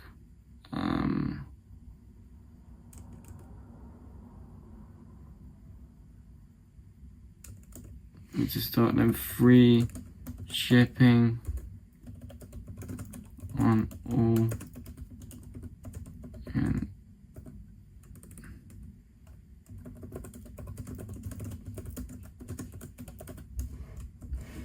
okay, let's see how that looks. It's a bit wordy dirty.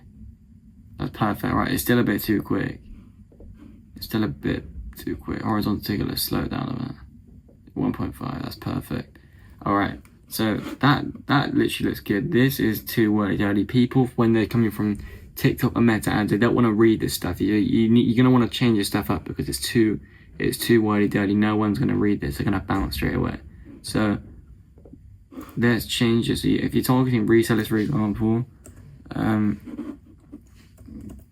get your hands on the best stock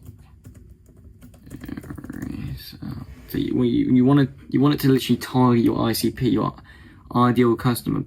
Literally, that's it. And you want to target your ideal customer profile, because if you're not targeting their needs, and they're going to be like, this isn't for me.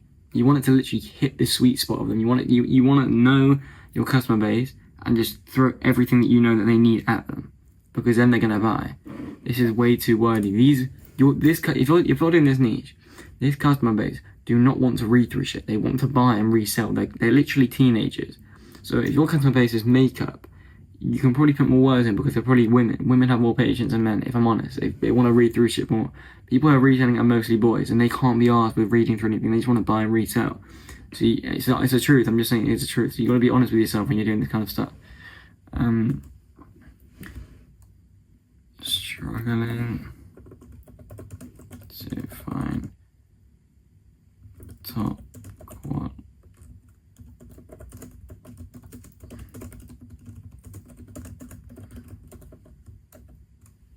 Profit.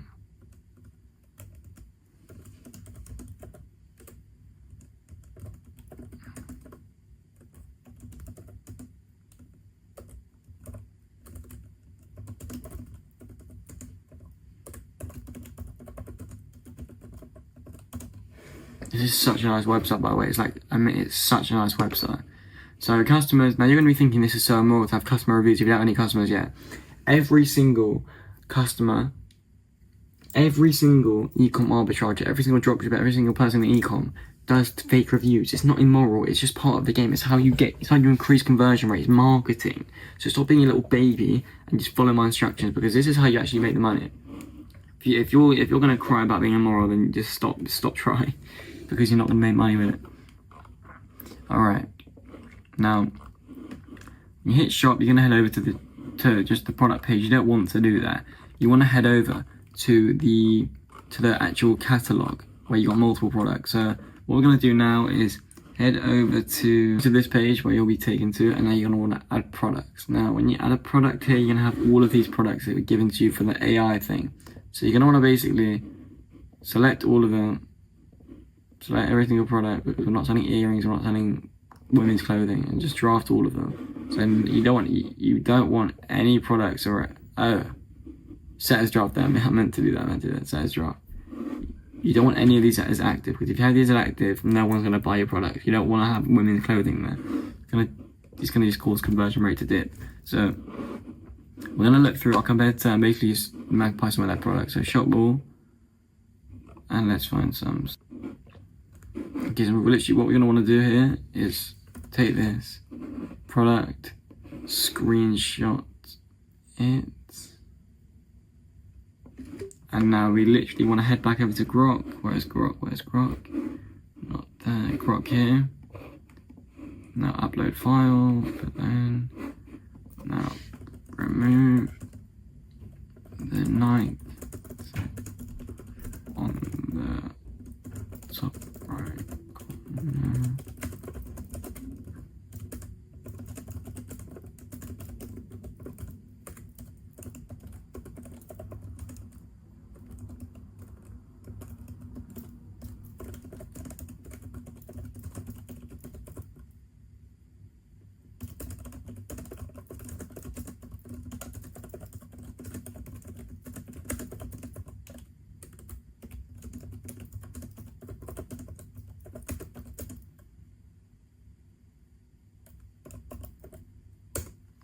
Okay, so that should literally basically alter the product image to make it so it's not identical, so you can't get copyrighted. Now this is totally, look at that. No one would notice that is the same, that is the same. It looks like a completely new image. So literally what we can do is just save this, head back over to products, upload new, add media, obviously reasons. There we go.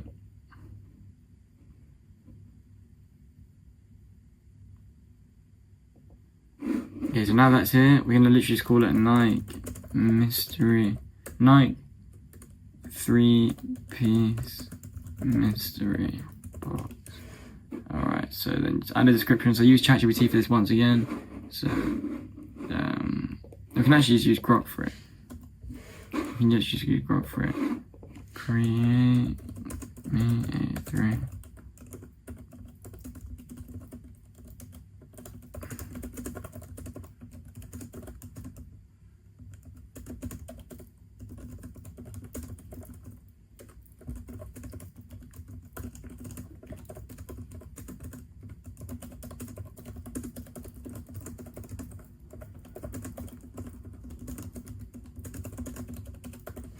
Okay, so now Grok's going to cook up a little description for us.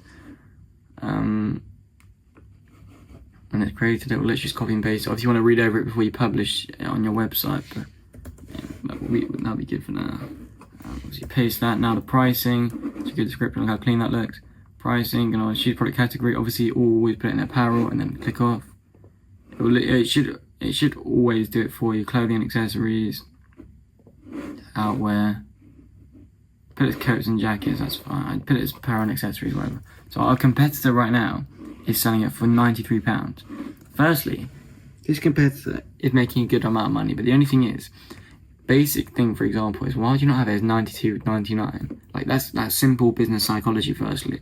And secondly, you don't need it that high of a price. Like genuinely, we can sell that for, if we're getting it for £10 a piece, no, let's say we get £15 a piece, 15, 30, 45. So we can sell that for like $69.99. 69, very funny. Put 99, let's compare it, prices that could be crossed out. And then literally,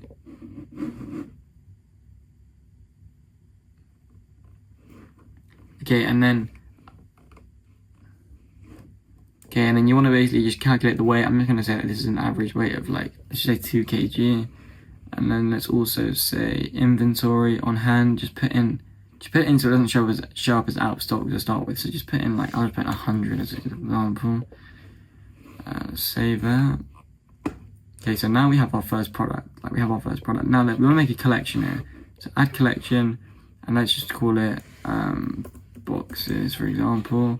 Search products, put that Nike box into there. Here we go. Now I'm gonna do 4 products with this website just so you get a base understanding. So let's get 4 products off this website. Let's genuinely get 4 products. So let's do this as well. Let's screenshot this. Oh, we're gonna do the exact same tactic with the boxes, with changing the colors and getting rid of all that text on the screen. Not that. Okay, so file.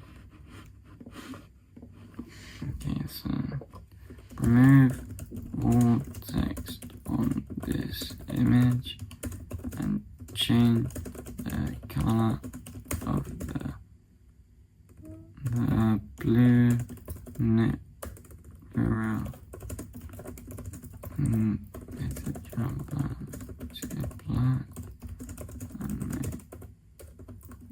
make the green row.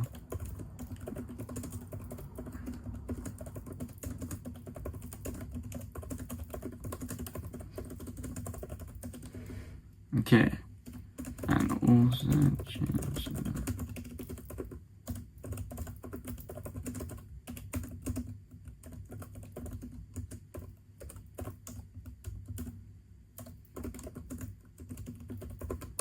okay, so now that is going to basically make brand new image.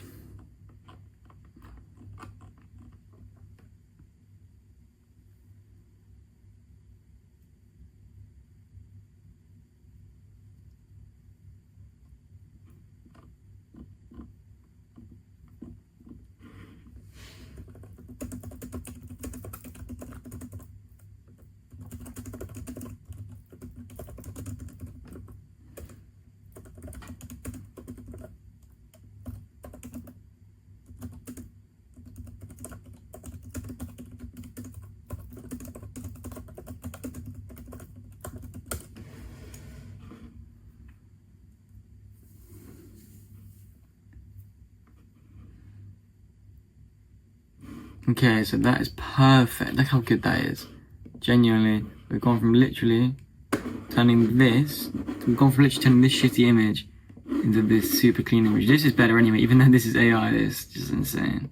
It's genuinely insane. So, alright, so now that's in there. So I'm gonna basically remake the exact same product with Ralph Lauren. So, Ralph Lauren, 3-piece knitwear.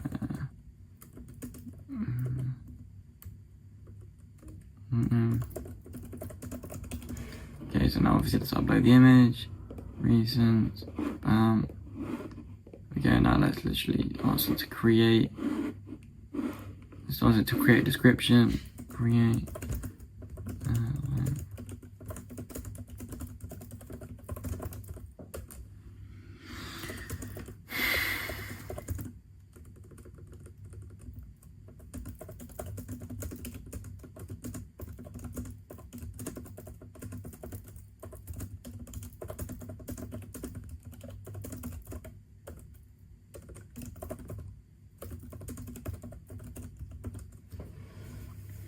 Okay, so I'm literally just told it to make the exact same description for this, but just basically the same as the Nike one, but just applying it to Ralph Lauren. You don't need to describe the whole thing again. You say make it the same, but just apply it to Ralph Lauren.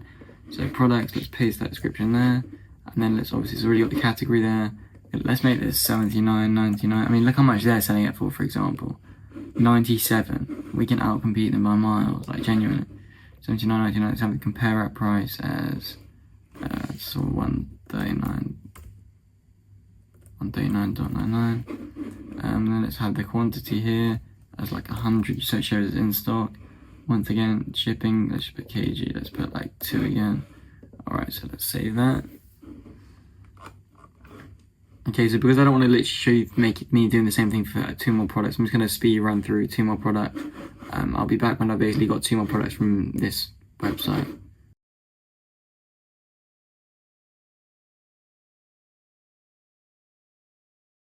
Okay, so now finally we've actually finished all 4 products. It's the last one, a football jersey 3-piece mystery box. we've got 4 products, and we need to just add them all to the collection. So we've already got the night box in the collection, so let's just add the rest. So we've got a football jersey one. We've got 3, we'll just add them all now then, I guess.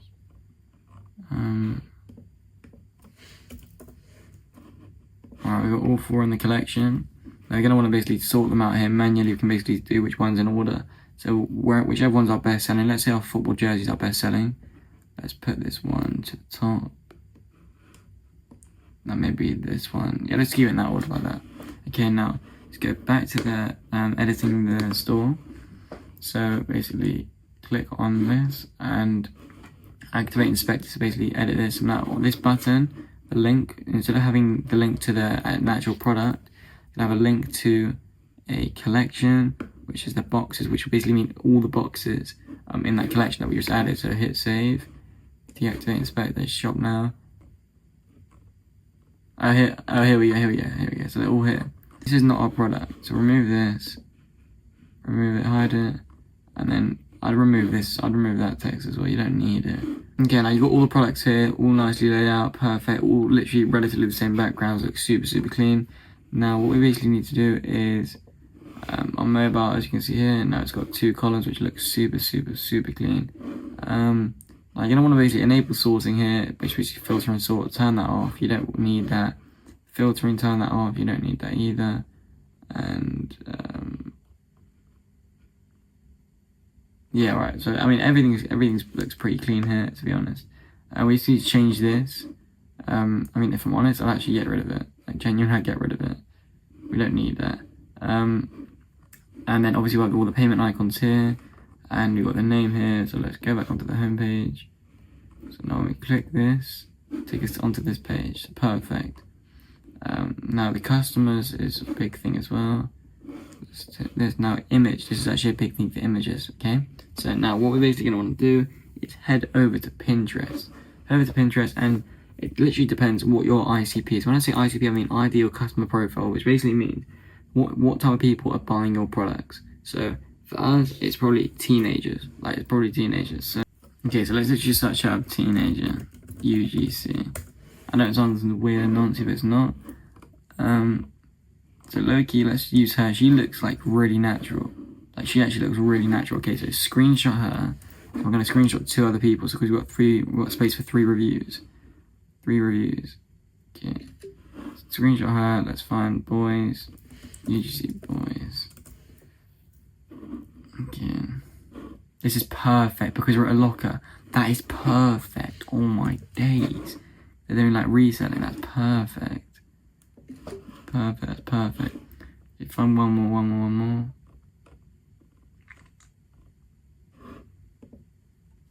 This one. No, this one. Look how natural it looks. Look how perfect. Okay, so now all of this, perfect. Now what you want to do is head over to tapnow.ai, and essentially what we're going to do is input an image here. So image to image, and we want to basically put the girl in here, and now basically move around here, add the other image, and the other image we're going to basically put in the actual product. So the product, let's do the route for inbox. We'll do 1 for each product, or we can't really because we've got 4 products, we've got 3 reviews. But okay, so what we're going to basically want to do is alright, so just cut this line so it's not attached to here. You're going to want to follow this step by step, by the way. Cut this line, and then here basically you want to add the line to basically, so they're both attaching to here. Now the prompt you want to use is make the girl in the image hold the box of Ralph Lauren clothing with a massive smile shot look in a natural, as if she's to show the camera taken on an iPhone 17 Pro Max. Okay, so make the girl in the image hold the box of Ralph Lauren clothing with a massive smiled, shocked look in a natural way, as if she's holding it up to show the camera, taken on an iPhone 17 Pro Max. Okay, that is now going to generate an insane, like this is insane. This is what you use for like UGC style marketing, but for image reviews is insane. Like this is top notch stuff. Okay, so wait for this to create the image. We're going to basically do the girl for this one, the boy for the football kits, and then the other boy for maybe the branded box or the Nike box. We'll decide after. Get pumping in. Like, this is an insane app, by the way. You should definitely use it. Tapnow.ai, app.tapnow.ai.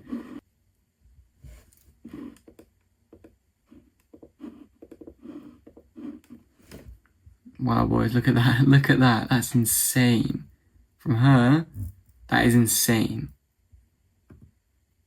Genuinely, that's actually insane. Oh my god, that's actually crazy. Alright, so now take a screenshot. Let's take a screenshot of that. Perfect. I'll go back over to edit your store. Put it in as the review photo. So we can literally put that in there. Obviously, just make up a name for Hannah, which is Hannah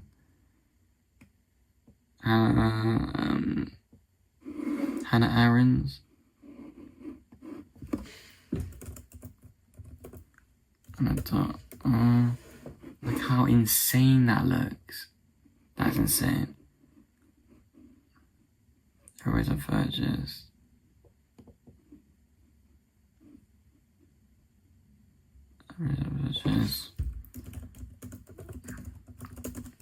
Perfect review, perfect. Okay, now let's head over to the second review. See, we want to have 3 images, right? So now we're going to do the other one. So let's go back to tapnow.ai. Where is it? Yeah. Alright, so now let's zoom out, make a new one. Let's make a new one. Image to image. Zoom in. Image to image. So let's use this boy this time. Let's add obviously another image.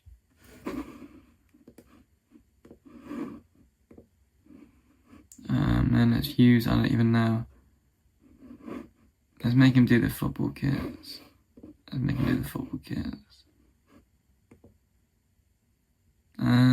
Nightbox. Okay, so let's cut this, move that out of the way, attach this to this, again as we spoke about.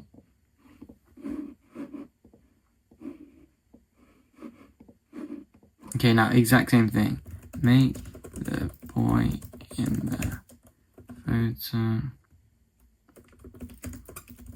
this.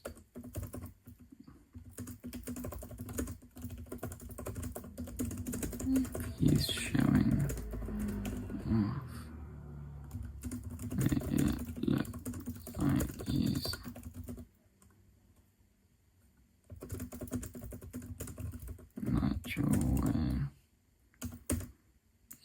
natural way taken on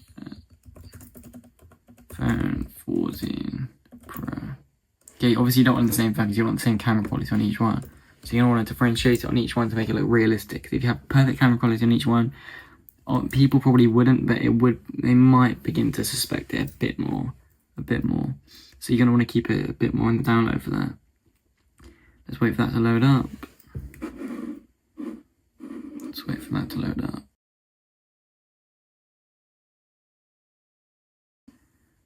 Let's just make the name for this one actually.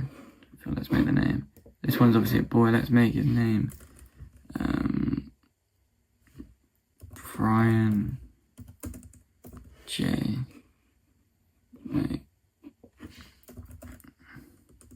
Sandbox.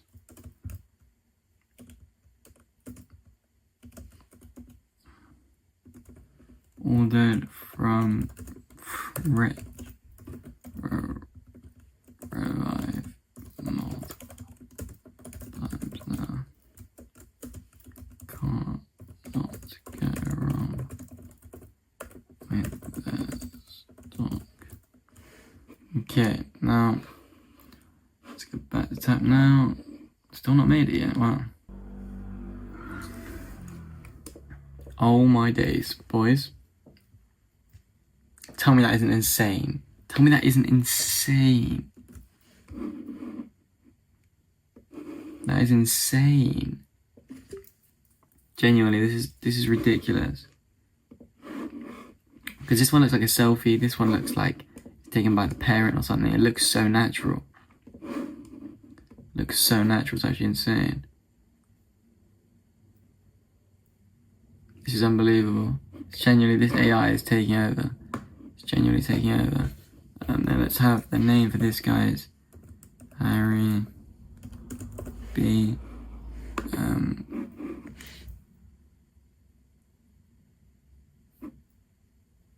You want to have exclamation marks on every review because it looks like it could be bait. So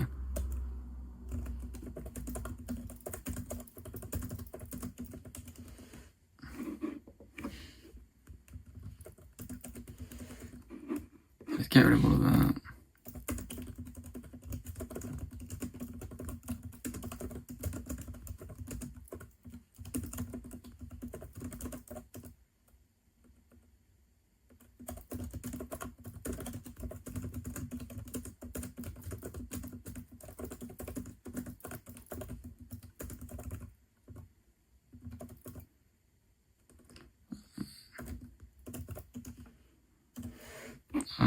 Okay, now let's basically make the review for him. Now, for reviews wise, that'll be the last one for the reviews.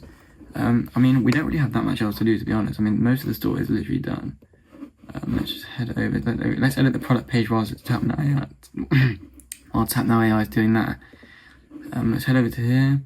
Perfect page. Literally perfect. I mean, we're going to keep all the prices the same because it's basically auto-made it for us for how much it will be for each one. Payment icons is perfect. Product highlights is we don't really need product highlights. To be honest, we don't need that. Especially because it's an impulse buy. We don't need product highlights. As I said, it literally puts people on. We don't need the fabric quality. Why you'll love it. We can have 99%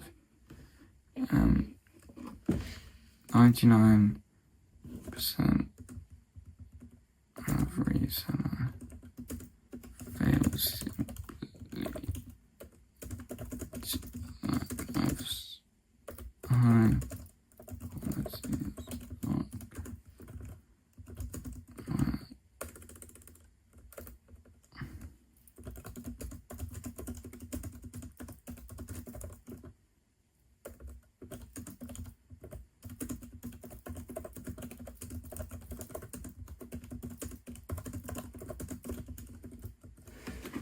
That's a little decent thing. This is all good. White choose that secure checkout. Yeah, that's perfect. And then this obviously we'll make it blue. Just because it'll kind of match our thing. Where is it? Background color blue. And the other one, background color. Where is it? Where is it? I'm so confused. Take a second, take a speed, let's slow it down a bit. Because the slower it goes, the more premium it feels, in my opinion. How do we make that blue? Where is it? Genuinely don't know. Here we go. How did I miss that? There we go. Blue. We can hide this. It's too complicated to have for a reselling website, to be honest. Genuinely is. You can do the reviews on here, but I'm gonna hide it just because we don't need the reviews on each product page. I mean, you can do it if you have time, but you don't need to, especially when we're on a time limit in this video. Just delete that. I mean, honestly, it looks super clean. Like, genuinely, it looks insane. Like, genuinely, this took like just about an hour to make this whole store. Look at the insane images, look at the insane descriptions, etc. In my opinion, this is insane, like, genuinely. We've got some extra reviews there that you can edit, obviously. But, I mean, that's an unbelievable store, in my opinion. Genuinely. Let's check Untap now. Insane again. It doesn't fail to perform, genuinely. It doesn't fail to perform. Insane. Send over to him. Select.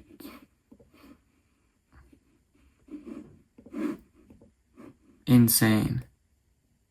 Okay boys, so that is literally it for the store. It's completely done. Let's just run through it quickly. Let's see what we managed to do in this video and how we managed to optimize it. So what we did is we changed all the colors, the brand kit, the thing. We used ChatGPT to make the logo via the brand kit on transpiration.com. We used our competitor's image to basically make this home banner, which could be, it has room for improvement, definitely. You can make it much more cleaner. You can obviously do it much more cleaner because I was under a time limit in this video. You've got a nice shop button here. You got to get your hand to the most. You've got nice information. It's got good information for the time that we spent on it. Obviously, insane reviews that Tap Now AI made for us. That is just insane. That's like high quality shit. Then you obviously have the payment icons where you set up payments. Now when you click on shop, it's got a clean product page with super clean background, super clean images that we made literally within seconds. Obviously, let's click on this one. Super clean. You know, we've got nice information here. Reviews, price, that comparison in price, psychological pricing, increases conversion, increases urgency. You've got payment icons, which improves trust, obviously, improves conversion rate a lot. Then we've got all this information here, which does help a lot as well. Why choose us? You've got nice information, increasing conversion rate, increasing trust. Ticker, which looks super clean. You've got a bunch of stuff, honestly. What we did under the time that we had was insane. Like, this could easily be 10-20k a month profit store. Like, easily. So, yeah, I mean, it's honestly an insane store. Copy it, honestly, do what you want with it. Copy it. Obviously, we use AI Store Builder, Claude, ChatGPT, Grok, Tap Now AI, transpiration.com, and Pinterest to literally build it in under an hour, which is insane. So, you understand what the business model is. You have your product, you have your supplier, you have your store, and now next up, you just need to market your product. So in the next part of this course, we're going to be showing you basically how to market your product only via TikTok Organic. So we use TikTok to test the offer and test the conversion rate, and if the conversion rate is a substantial rate, we then move to Meta and TikTok ads. As you know, ads only amplify the orders. If you're getting 0 orders, it's going to just be 0. 0 times 0 is 0, right? So if you're getting a decent amount of orders, it will amplify the orders with paid ads. So boys, pay attention to the next video. TikTok Organic is very important for testing the offer and slowly, gradually scaling your store. Make sure you watch it, boys. Okay, so there's 3 different components that I use and that I use for viral marketing. So the first one is TikTok, which we'll be going through first. TikTok is probably the easiest, and obviously it's completely free. Then you obviously have AI, which parts of it are free, but parts of it you do have to pay for. And then you have the Meta ads library, which is basically Meta/Facebook ads, which you have to pay for, but obviously you get insane results back, like much higher volume than like TikTok Organic, for example. But we're going to start with TikTok right here. So the first thing you're going to want to do is literally just scroll through your For You page. I'm not even signing to an account right now, but obviously you will. For example, this is AI. It's not actually selling a product, but this is AI right here. If your For You page is cooked, like if it's just full of brain rot, if it's just full of if it's full of like fucking, I don't even know, like John Pork, just whatever, you're going to want to make a new TikTok account to basically freshen up your For You page and make it more appropriate for what you're doing. What you're doing on the For You page is practically just product research. You're just finding winning products on here. And as I can see, I haven't found a single winning product on here, which is not a bad thing. There's basically a solution to it. A lot of what a lot of like products do is that they hashtag, obviously you have hashtags in the caption of the video, they hashtag TikTok made me buy it. So all you have to do, and here is TikTok, what am I doing? TikTok made me buy it. This is basically just finding products. Like genuinely, no one actually knows about this, but that's literally what it is. All you need to do is just literally doom scroll. Just treat it like you're literally just scrolling on your For You page and just getting a dopamine hit, but this time you're doing it, but you're actually doing work at the same time. So literally just scroll through and just find one. You want to find ones that are recently posted, because then you know that it's recently been trending and recently getting loads of views and loads of sales. So for this one, for example, this one was posted January the 6th, 2026, and this got 15k likes, which will be like 100k, 150k views, something. I actually like this one.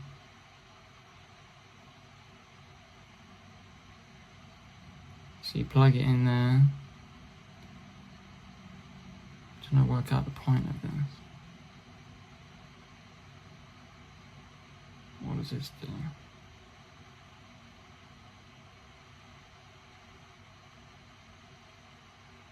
To be fair, it's actually kind of sick. I want to see the... That's actually a good one. It's actually a good one. See, products like this, they're everywhere, and it was posted literally like a week ago. A week ago from when this video now was filmed. There's loads. I mean, these are kind of a few months ago, so you don't really want to get onto them as much. You don't. All right, this is a big one. You don't want to use products like this, because this is somebody showing it, and they're obviously just selling a course, right? So you don't want to listen to their winning products, because they've probably got a deal with Shopify. You want to see products that are like UGC style content, which means it's like a point of view, like this water bottle here. It's like a point of view where it's like a drop shipper who's actually selling the product. And if you can see that they're getting views, that means they're selling the product. And if they're selling the product, that means you can also sell it too. So you don't want to see someone telling you like this is a winning product, whatever. You want to actually see that it's a winning product yourself, which is the UGC like ad style content, which is exactly what you want to basically just copy, strip, and use for yourself. Because you don't really want to be guessing with products. You just want to find ones that are already winning and just try it, because there's way less risk and there's way more chance of it being a winning product, because it's already proven for other people. I'm surprised, yeah, this is getting no views. You literally just want to keep scrolling. This, I remember that the first dropshipper who started doing this in 2022, like 2022, that's crazy, that was years ago. It's basically like just a normal like water bottle, but you put all the fruit and stuff in, you press the button at the bottom, and it blends the whole thing to a smoothie.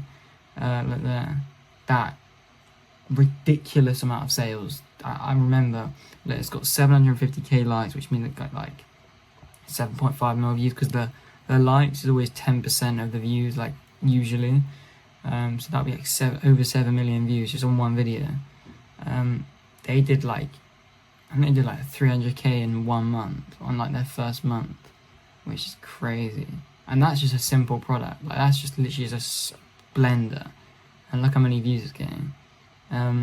The thing is, since 2022, is that TikTok Shop have kind of overtaken kind of dropshippers on TikTok, because it's cheaper for people and it's easier. They don't have to click off. It's literally there. They've got a yellow basket that's there to buy. So this is the first way, probably the most simple way and the laziest way to do your product research and where to post, basically, TikTok. Now, a marketing trick that has literally worked for years and nobody uses is this. So on this type of product, on any product to be honest, what you want to do is, on a bunch of accounts, you want to create like 5 TikTok accounts as like kind of not bot accounts, but just seem like normal people. Now, the top dropshippers do this, but most don't know about it. You hop into the comment section of these type of videos and comment like, I found this for cheaper. And then all the viewers hop into the comments. Most people on these type of videos hop into the comments if they're half interested in buying. They see your comment and they're like, got you, found a cheaper one. And they might comment back like, what is it? Or you might even comment the link of the product. They hop onto the website and they buy that instead because it's cheaper. So you literally want to use a competitor's video to your advantage and just drive all the traffic that they're getting, drive it to your store. Another little marketing trick that you can use that nobody knows about. This is like different level of marketing. You make a video, say it gets even like 10k views, which is decent, right? It gets 10k views. Hop onto your own comment section, but on your other accounts, and say, I found a cheaper one. And you might be thinking right now, like, why would you do that? You're driving traffic away from your store. You find a cheaper one. What you want to do is have 2 or 3 stores for your product, yeah? But all at different prices. So hop onto your own comment section, drive the traffic away from your product. Say they're half interested in buying. If you comment on your own video on another account saying I found a cheaper one, there's way more chance of them buying if they find a cheaper one than buying it on your store. So you're increasing the sales on your store, and even if they don't see the comment, they're still buying on your store. So if price is a problem for them, they're going to buy on the other store, but you're still getting the sale because you own all 3 stores. So that trick is like game. I'm giving you free game. It's literally the illusion of price, but you own all the stores, so you can't lose. If they buy off any of those 3 stores that you've commented in your own comment section on it, or in the other comment section, you're getting the sales on whichever store they buy on. it might be for the lower price, but you're still getting the sale. So it's better than not getting a sale at all, just by losing a tiny bit of profit margin because it's on the cheaper store. It's as simple as that. Okay, now onto the second component of viral marketing is meta ads.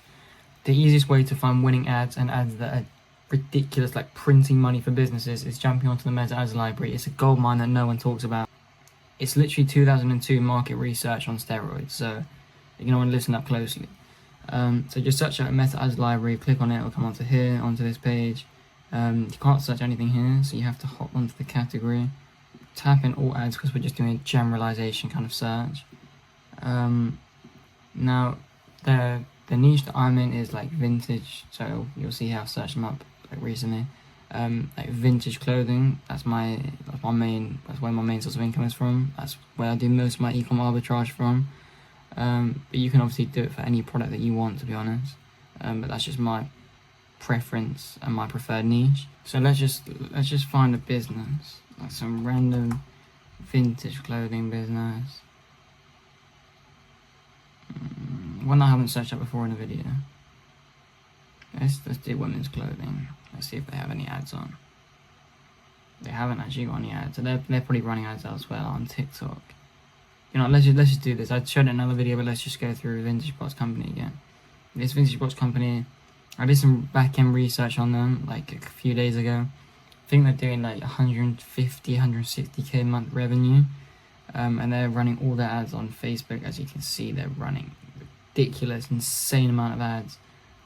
Basically, all you need to do is strip their ads and put it onto yours. What I mean by that is not how it exactly seems. I don't mean screen record it and post it yourself, because firstly, Meta, TikTok will detect it and they'll take it down straight away, or they'll shadow ban you, which will basically not show your thing up on the For You page or not show it up on the ad page at all, which will also get your ad account banned, which you don't want, because that will cook you. You won't be able to basically run ads anyway. It's a big problem. Some e-com arbitragers go from literally making like 5k a day to 0 just because their ad account gets banned. So you don't want to be put in that position.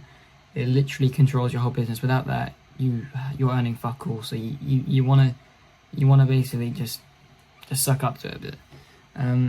So these are all the ads. The ones that show low impression count are the ones that are basically got a shit reach, and they'll probably, they will stop running that very soon, because that's a low performing ad.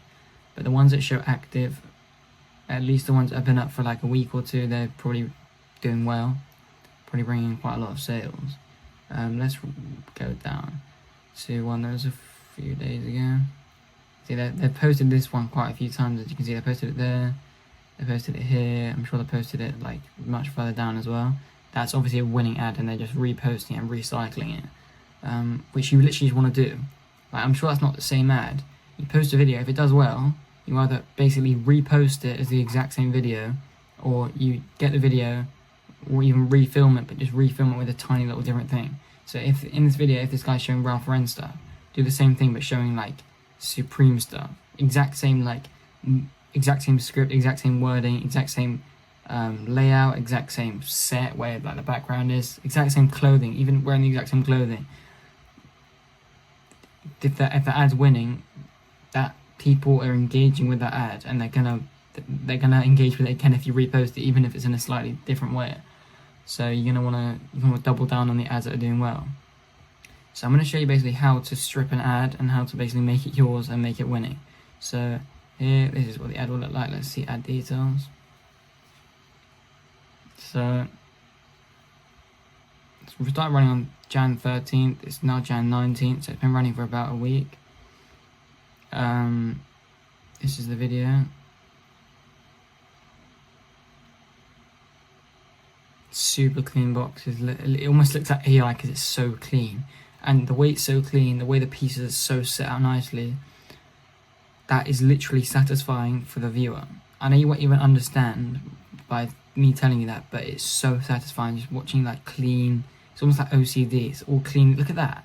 That would hook me. I'm hooked right now. That would hook me. So it's going to hook you watching it like on this video. That it's going to hook you when it comes up on your For You page. So you can literally, low-key, if you have the stock, just film it the exact same colours in the box, the exact same amount in the box, the exact same brands, exact same hook, The hook, look at that hook, that's a really good hook. That's a really good hook. Obviously, look, cutting it with scissors, obviously not going to, but it's going to hook you in. It's going to be like, why are you cutting a jumper? The hook is the main part of the ad, and all you need to do is copy the hook. Don't screen record it, as I said, don't screenshot it. Make the hook the exact same yourself with the scissors cutting, and that will hook them. You're going to want to do that because that is a really good hook. If you find a winning ad, steal the hook. Use it as yours, magpie it.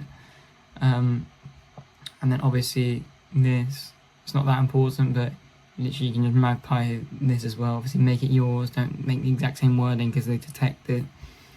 Now let's just see the ad details. They've gone all out with the demographics, 18 to 65 years old. Literally just use all of their data and you just take it for yourself. They've basically spent a lot of time getting this data together to basically get a winning ad. All you need to do, they might have been stealing the ads themselves, but all you need to do is just use all the demographics and just use it for yourself. So the age, use 18 to 65. Don't double down on one age. Don't do 18 to 21 only as a viewer. Just do it to 18 to 65 because it's obviously working. Now this doesn't reach that many people, so this ad is not an ideal example for reach. It's only hit 377 people, which is not like a lot of people for a Facebook ad at all. So, but they're targeting UK only. They're a successful business, so you only need to target the UK only. You become a competitor, but you're literally using all of their data that they spent a lot of money learning. They spent a lot of money getting the algorithm to learn. You've got it right in front of you. Slap it on your ad and use it for yourself. It's as simple as that. I'm going to show you a little different one on their feed. Let's go a bit further down.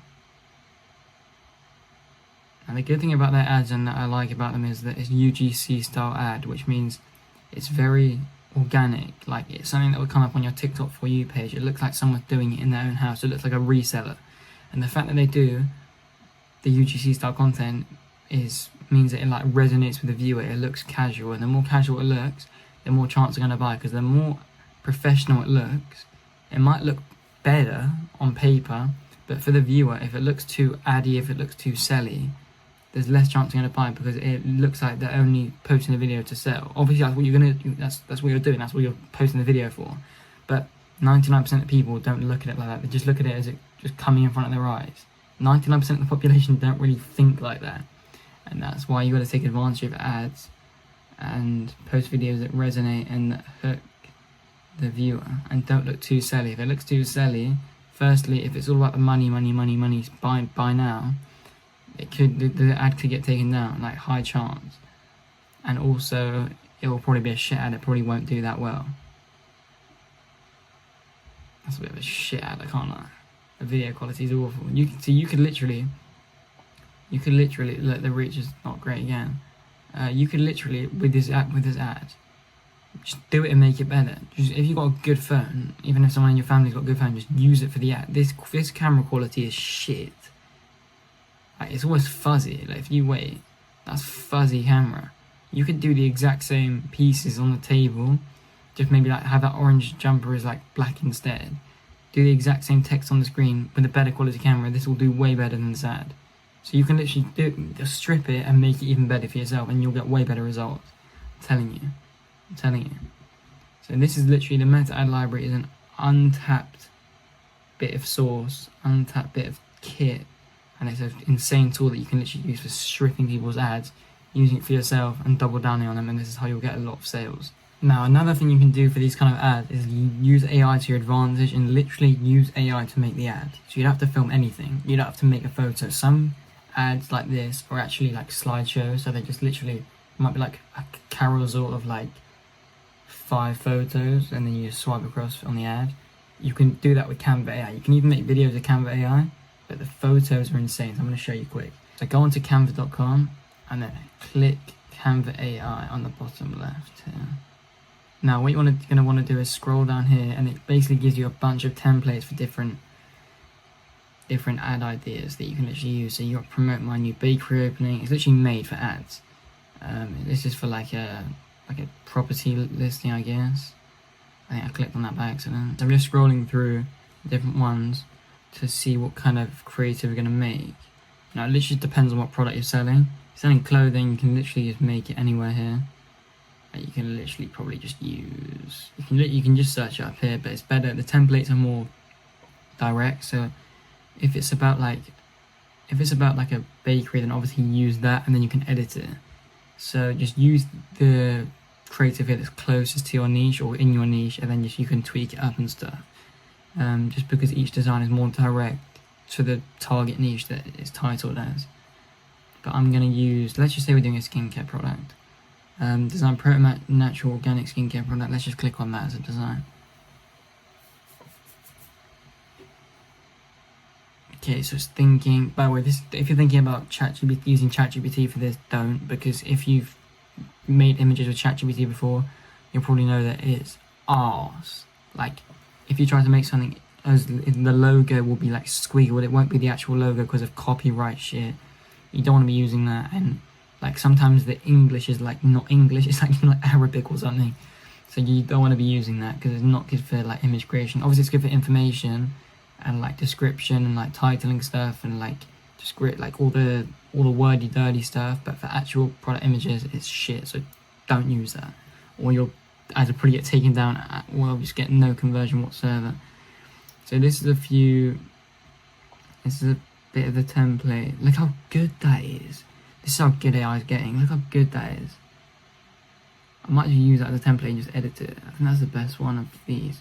Well, we can obviously ask it more questions to like change designs here, but I actually like that one. We're gonna take that one to the editor. That genuinely, that looks real. That actually looks real. This is how good it is. And then you can obviously edit the text and stuff. So a few of these words need definitely changing up. But that looks amazing already. Oh my god. Oh my god, that actually looks so good. Pure nature skincare. Now obviously want the name of the, let's just say the brand's called let's just say the brand's called, what can the brand be called? You know, let's just call it Refiganic, like Refi Organic, Refiganic. Oh, that sounds shit. It sounds shit, but Refi Organics. Oh no, Refiganics. You say limited, like as if it's a limited company. Alright. Then Pure Nature Skincare. We can keep that the same. Organic substance.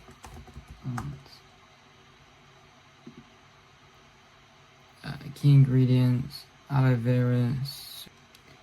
If you want to ask your supplier to literally just add something in, you literally can. If you've got a good supplier, which I obviously do, if I wanted to do this, I could literally just tell them to just add like a drop of avocado oil in or something.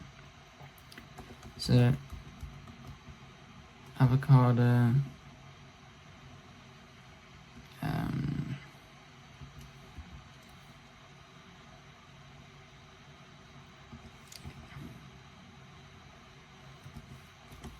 clears and extracts, pores.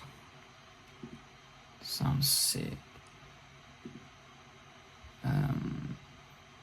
I don't really know much about skincare, I can't lie. My skin's actually kind of shit. I might need to buy some fucking Refiganics Limited Pure Nature skincare, I can't lie. Alright, you know what, yeah, I'm gonna show you basically what to do there. Because that's basically how you properly brand it. That's how you properly brand it. And by the way, I know I'm in vintage clothing, but if you wanna do this kind of stuff, if you're like a girl or something, if you wanna do the kind of skincare products, then you can make a shit ton of money with it. Low-key, I actually rate this font. So we're now making the logo. I'm going to use this font for the logo, Refiganics Limited.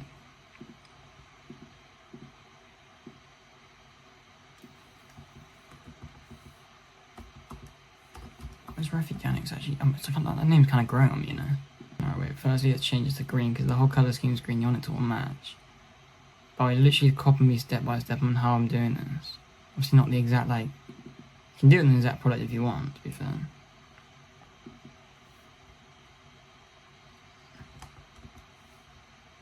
I guess I can do that. then you can also do, yeah, it's effects, isn't it? There we go. Right, so you're gonna want to, you can have it straight or you can have it curved. I think curves got a better effect, and not too much curve, so you can edit it here. No, that's too curved, I think. That's perfect. Now you wanna, I think underline it might actually make, yeah, that looks sick. Does that actually look sick? No, it looks actually, that pops. Oh my god, green neon actually pops. And we can obviously cut it off like right here. Mate, I'm trying to, alright, let's just,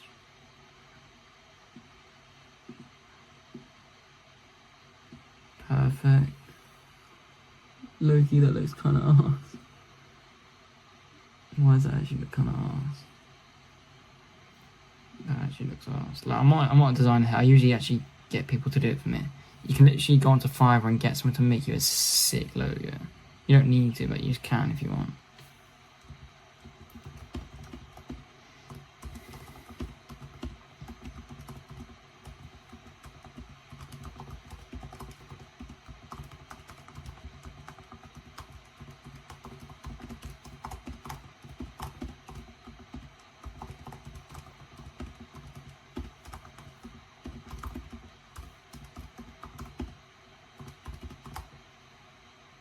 Okay, now I'm going to try and make 2 extra images. So they creating it. What you're going to want to do is also just whatever your product is, put it into ChatGPT. That looks sick. Put it into ChatGPT so that you can have this as the catalog. Say this is your whole catalog. This would actually be good for the home screen. Look how good that is. You know how much that would cost to make in like a photo shoot? That would cost so much because you've got all the lighting, you've got the professional stuff, even with like the water on it. That is like professional stuff. Now you don't need any of it. You don't need any of it because it's all done by AI. What's the best one in? It literally shows the whole catalogue, can't lie. Okay, so genuinely at this point, all you need to do is just basically cover this in white, add the name and stuff onto it, and then you're ready to go. So Ref Organics, then just whatever this, like, what do we call it? Nature Skincare, whatever it said on the first image, and then whatever the product is here, it says Moat Kill, whatever it says, cucumber. Obviously it spelled it wrong because it's AI is shit with that kind of stuff. Cumber, whatever, I don't know what it says. But yeah, literally that takes literally 5 seconds. I know I've gone through it slower just to show you how to like edit it and stuff, but it literally takes 5 seconds. You literally get that onto your Facebook ads, and then you've got a carousel ready to post. So that's your alternative to posting a video, just because it's more engaging and it shows the products you're actually selling instead of UGC style content. This is more of like an ad style content, but it also sells really well. Some of these can sell way better than the actual video, especially on Facebook ads. So that is literally, look how good that looks. That looks so good. That actually looks sick. So yeah, that's literally how easy it is to make Facebook ads. And this kind of ad, when it's fully done with all the like branding and stuff on it, with a good description on it, that could literally print thousands, genuinely. And it took me like 5 seconds to make. I didn't even make it, AI made it. So use AI to your advantage. I know you're probably confused when people say use AI, but you don't even know what to do. You just hop into ChatGPT and just think, this is AI. It's not. This is AI. This is the easiest way to use AI. And this is how you can optimize your ECOM Arbitrage store in literally 5 seconds and optimize the ads in literally 5 seconds. So to use it to your advantage and start printing money with it today. Okay, so now you know how to market your store with TikTok Organic, which is probably one of the most popular choices to go for when testing an offer and gradually scaling. Now, as I obviously said in the video, you can do TikTok Organic up to around 5 to 10k profit per month. You can't scale above that. And when you scale above that, you go to TikTok, Meta, and obviously optimized by all AI ads. And that's what we're going to be showing you in the next video. And I know you're going to probably be thinking, Rafi, back-to-back ad videos? Yeah. The next videos, AI marketing only, and this is how you get to your 15, 20, 25, 30k profit per month with the ad systems I'm showing you in the next video. So boys, remember, note pen and pen out, note every single bit of value I'm giving because it all is insane. Make sure to milk every single bit of value out of this next AI marketing video. The systems that I'm giving you in this video are the systems that I personally use to make 30k profit per month. Yeah, I'm going to be showing you basically how to generate AI ads within seconds just with a few clicks of a prompt. I'm giving you some of my top of the range ad systems that I personally use for a couple of my stores and make a lot of money. So you're going to want to use this video to your advantage and use it for your own stores too. Let's get into the video. So to start with, as you can see, I'm on tapnow.ai. The other tool we'll be using is called Higgsfield. I'm sure a lot of you have heard of Higgsfield. And the third tool we'll be using is called Creatify. They're all ad generator tools, they're all used for like AI ads, but we're going to be starting with Higgsfield just because it's probably the most common one to use. So, to start with, what you're going to want to do is head over to nanobanana.ai over here, nanobanana. Okay, so now you're onto here, all you're going to want to do is pick up your phone, which I'm going to do right now, and film yourself doing what you want the person to do in the video. So we're basically swapping my whole body for someone else, but they're talking in my voice, if that makes sense. So we're going to want to... I'm just going to do a talking video right now of me saying some random shit. So as you know, ECOM Arbitrage is the best business model in the world. There's no other business model clear to ECOM Arbitrage. Dropshipping's dead, organic dropshipping's dead, trading's dead, all these business models are completely dead. Okay, so now I'll film that video. I'm going to just airdrop that to my laptop real quick. In the video, you can see I've paused it there. I paused the video. So what you're going to want to do right now is take a screenshot of when the video is super clear. So when there's a clear shot of you, not even talking, when your mouth is closed is ideal.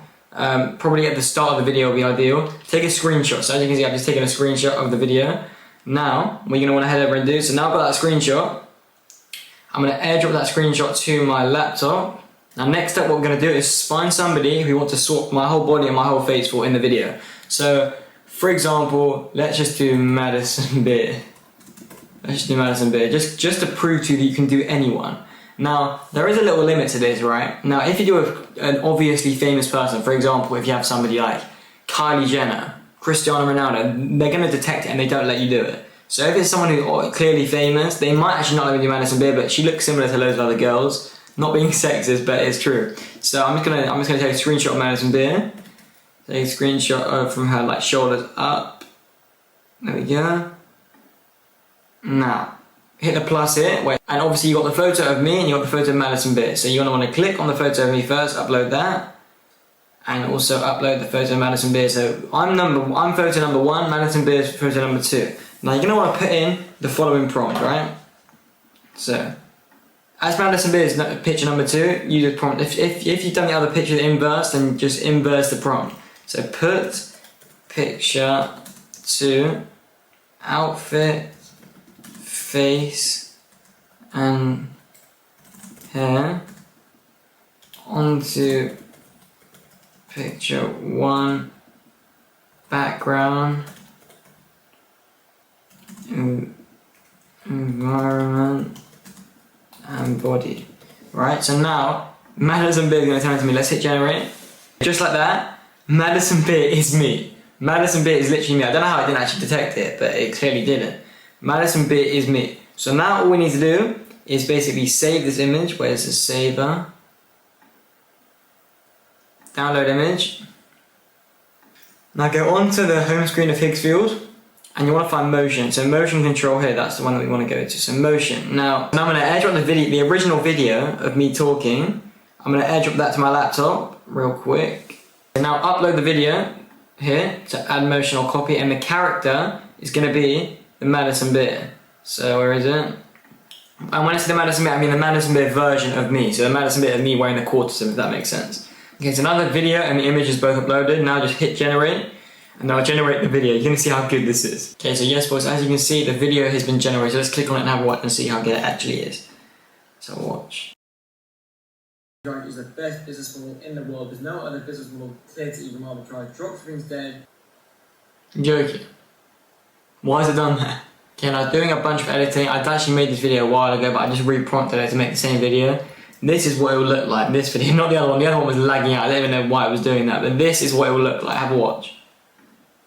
Yep, this is me. Yep, this is me. That is me.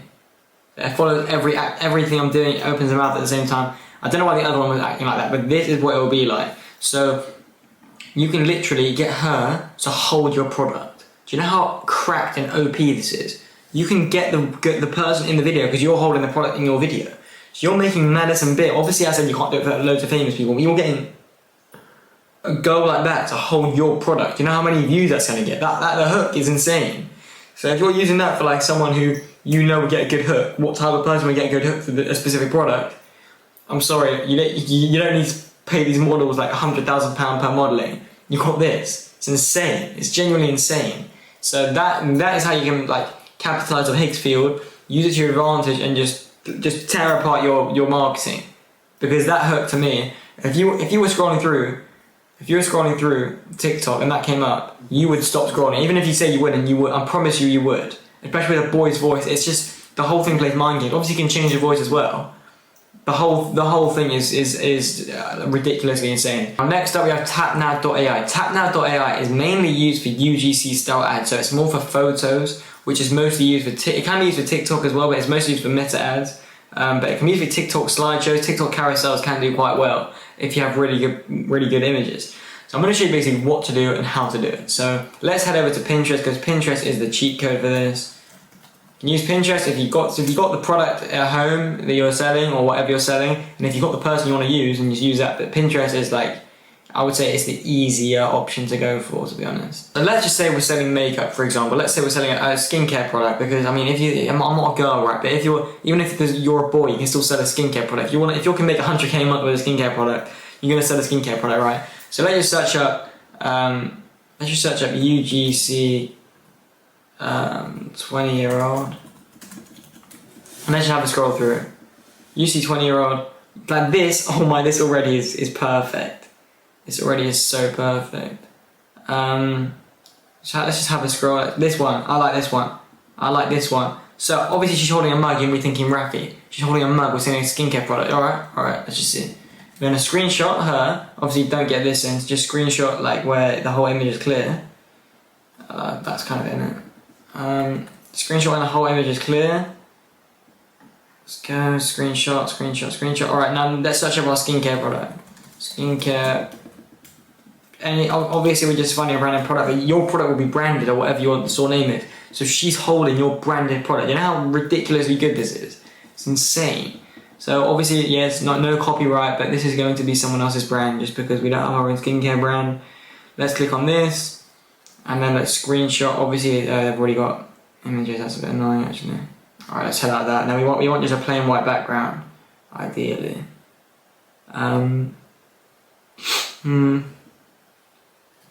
You know what? We can screenshot it like this.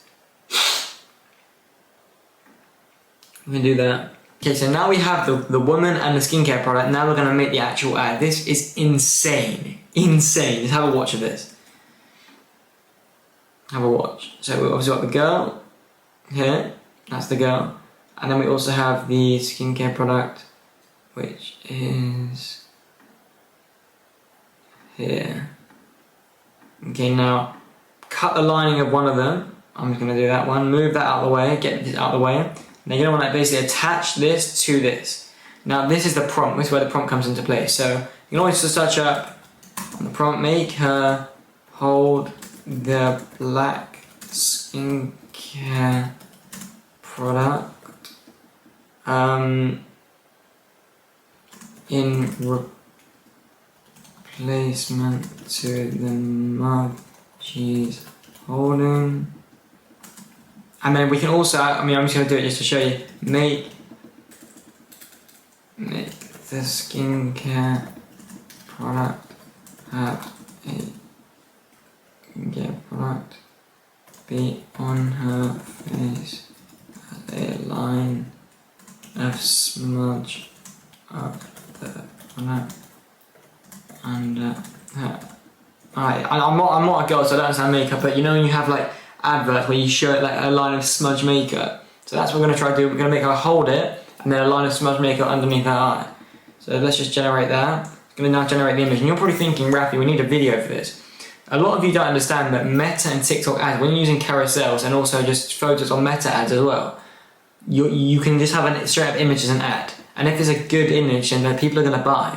People are genuinely going to buy, especially when it's like your own branded product as well. So let's just wait for this to generate. It's going to be insane. You don't understand how insane this tool is, and you can use it as well. You can literally use the exact tool. This is why AI is taking over. Like even like a few years ago, even in like 2020, 2021, 2022. Oh my god, I've just seen how insane this is. As I was saying, like even in 2023, even in the past year, even in 2024, you could not do anything like this. A photo shoot like this for a massive like batch photo shoot of like hundreds of different images, hundreds of different videos will cost tens of thousands of pounds. Literally, if you want it that professional, and now you can literally do it on AI from the comfort of your home on a laptop. It's insane.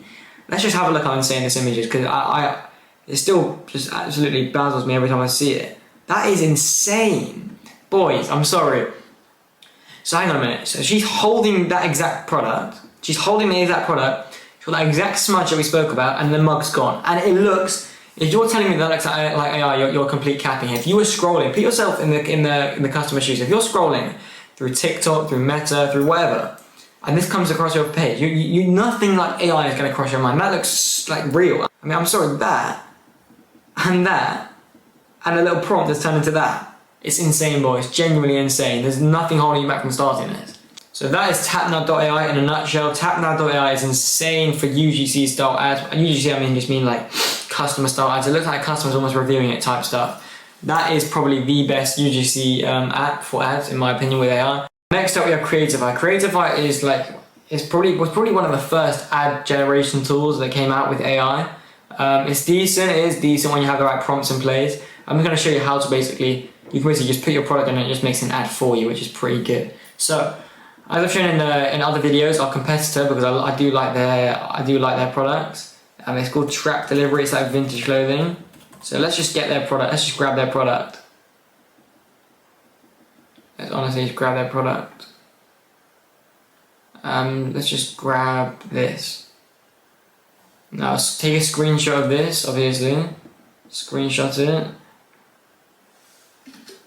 No, that wasn't the right screenshot. Oh my days, you're joking. Screenshot. Now, head over to Creatify and enter the product name. So it'll be, what's the product name on this? Let's say vintage box. I can't remember the actual name, put the name in. Product description, describe your product. So this box contains a branded piece of knitwear / knitted jumpers. What else in that? So you got a jacket, a branded jacket, and then a football jacket, let's say that. The second piece, branded jacket / shell coat, and the third piece is a football. I just put soccer just so they don't think it's NFL. Football / soccer jersey. Alright, so now we're gonna add basically the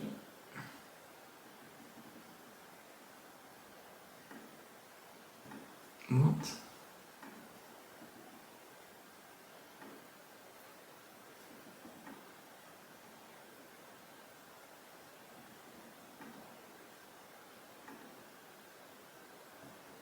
Okay, so now it's gathering all the info. Now, obviously, with these type of ads, it gives you an option of the aspect ratio. Aspect ratio is basically how it fits the screen. So TikTok and Instagram, and Meta's different, but TikTok and Instagram are always 9:16, as you can see here. 9:16 is like the camera, the phone screen kind of camera. It fits this entire screen. 16:9 is YouTube, so you know how YouTube's landscape, and then 1:1 is just a box. You don't really want 1:1. So I would say 9:16 is like what you want. Duration 15 seconds, 30 seconds is quite long. Target audience, let's just say resellers, for example. Okay, so now what you can do is we can basically choose an avatar to basically have for your ads. You're going to be talking in your ad. Let's just use Leo. This one's probably the best one, Leo Indoor. Generating storyboard. Okay, so now it's generated 5 different ads. More, wow, loads, what the hell? It's ridiculous, loads of different ads. and it's a type of style that you want. So I would say this one is bad, this one's bad, this one could be good. I think these ones are the best with the box in the background. Ideally, let's just have a watch of a few of them. I am constantly amazed by how quickly the right vintage pieces can sell themselves. That's why discovering the holy grail for resellers, like these 3 branded vintage box pieces, is such a game changer. Each delivers... Obviously his mouth is out of place because it says here accurate lip sync will be available after rendering. So I haven't rendered the video yet. But it's a decent ad. It's just that obviously the voice is not ideal. I probably chose the wrong person. You want someone who sounds like an actual human. This guy kind of sounds like a bit of a bot, which can limit click-through rate. The only thing is that you're gonna be thinking this ad's terrible. It's actually not. Like, it's genuinely not. It's not a bad ad. Like, you can't really tell it unless you're scrolling. I've got a good eye for the ad market. When you have the right boxes, the right pictures there. Not a robotic voice. This will be a good ad. You won't understand because you can't put yourself in the scroller shoes. These are really good. Really good. Really good. Like, genuinely, you should really use Creative. Creative is really good. Give some really good ads. The ones that I would suggest the most is when basically the boxes, what you can do, the boxes are on the screen. So you can do an unboxing without showing your face, unboxing, have that video, and then have Leo, this guy here, have him in the corner of the screen, like in the corner of the screen, maybe like here, like talking about the video as if he's actually the one unboxing it, or commentating on his unboxing after he's filmed the unboxing, which I would say those ones convert really well, really well. The order I put it in is Higgsfield is probably the best. Higgsfield's not here anymore. Higgsfield is probably the best, then TapNow.ai, and then Creatify. But Creatify is more for the actual ads, TapNow is more for like the image creatives, and then Higgsfield is more for just an all-round type thing. And boys, just like that, you can run an ECOM arbitrage store with all the resources that we've given you in this mega course. You can put it all together, and now you can run a profitable ECOM arbitrage store and make thousands per month to do so. But just to test myself to see if the resources I've given you actually been helpful and actually useful to setting up an ECOM arbitrage business, I'm going to be trying ECOM arbitrage on a brand new store for 7 days straight. I'm going to be documenting the entire journey and showing you whether I get bad results or get good results. Make sure to stick around, boys. You do want to watch it to see if it actually does work. Let's put all my skills to the test, boys. Okay, so it's currently 10:17 in the morning, which basically means I've got the whole day ahead of me to set up the store and find a winning product and start getting sales hopefully today on day 1 of this challenge. I've got a little product cheat sheet that I made, which I'll show you. This is basically what I use for all my products. You got the product name down here, then you got the cost of the product, then you got the price, and you got the VAT, which is the tax you pay on per product that you buy and sell. You got other fees, which is like shipping and Shopify fees, etc. Then you got total cost per sale, which is basically all of the costs added together. Then you got net profit per sale, which is basically the price minus all the costs. So there's a few different methods of marketing that you can use, but I'm using TikTok, firstly because it's free, and secondly, if you go viral, it's way better than any sort of meta ad, so that's what I'm going to be using today. I'm basically going to use my TikTok For You page as a product research tool. I'm just going to have it scroll for 15 or 20 minutes to find myself a winning product that I'm going to be using.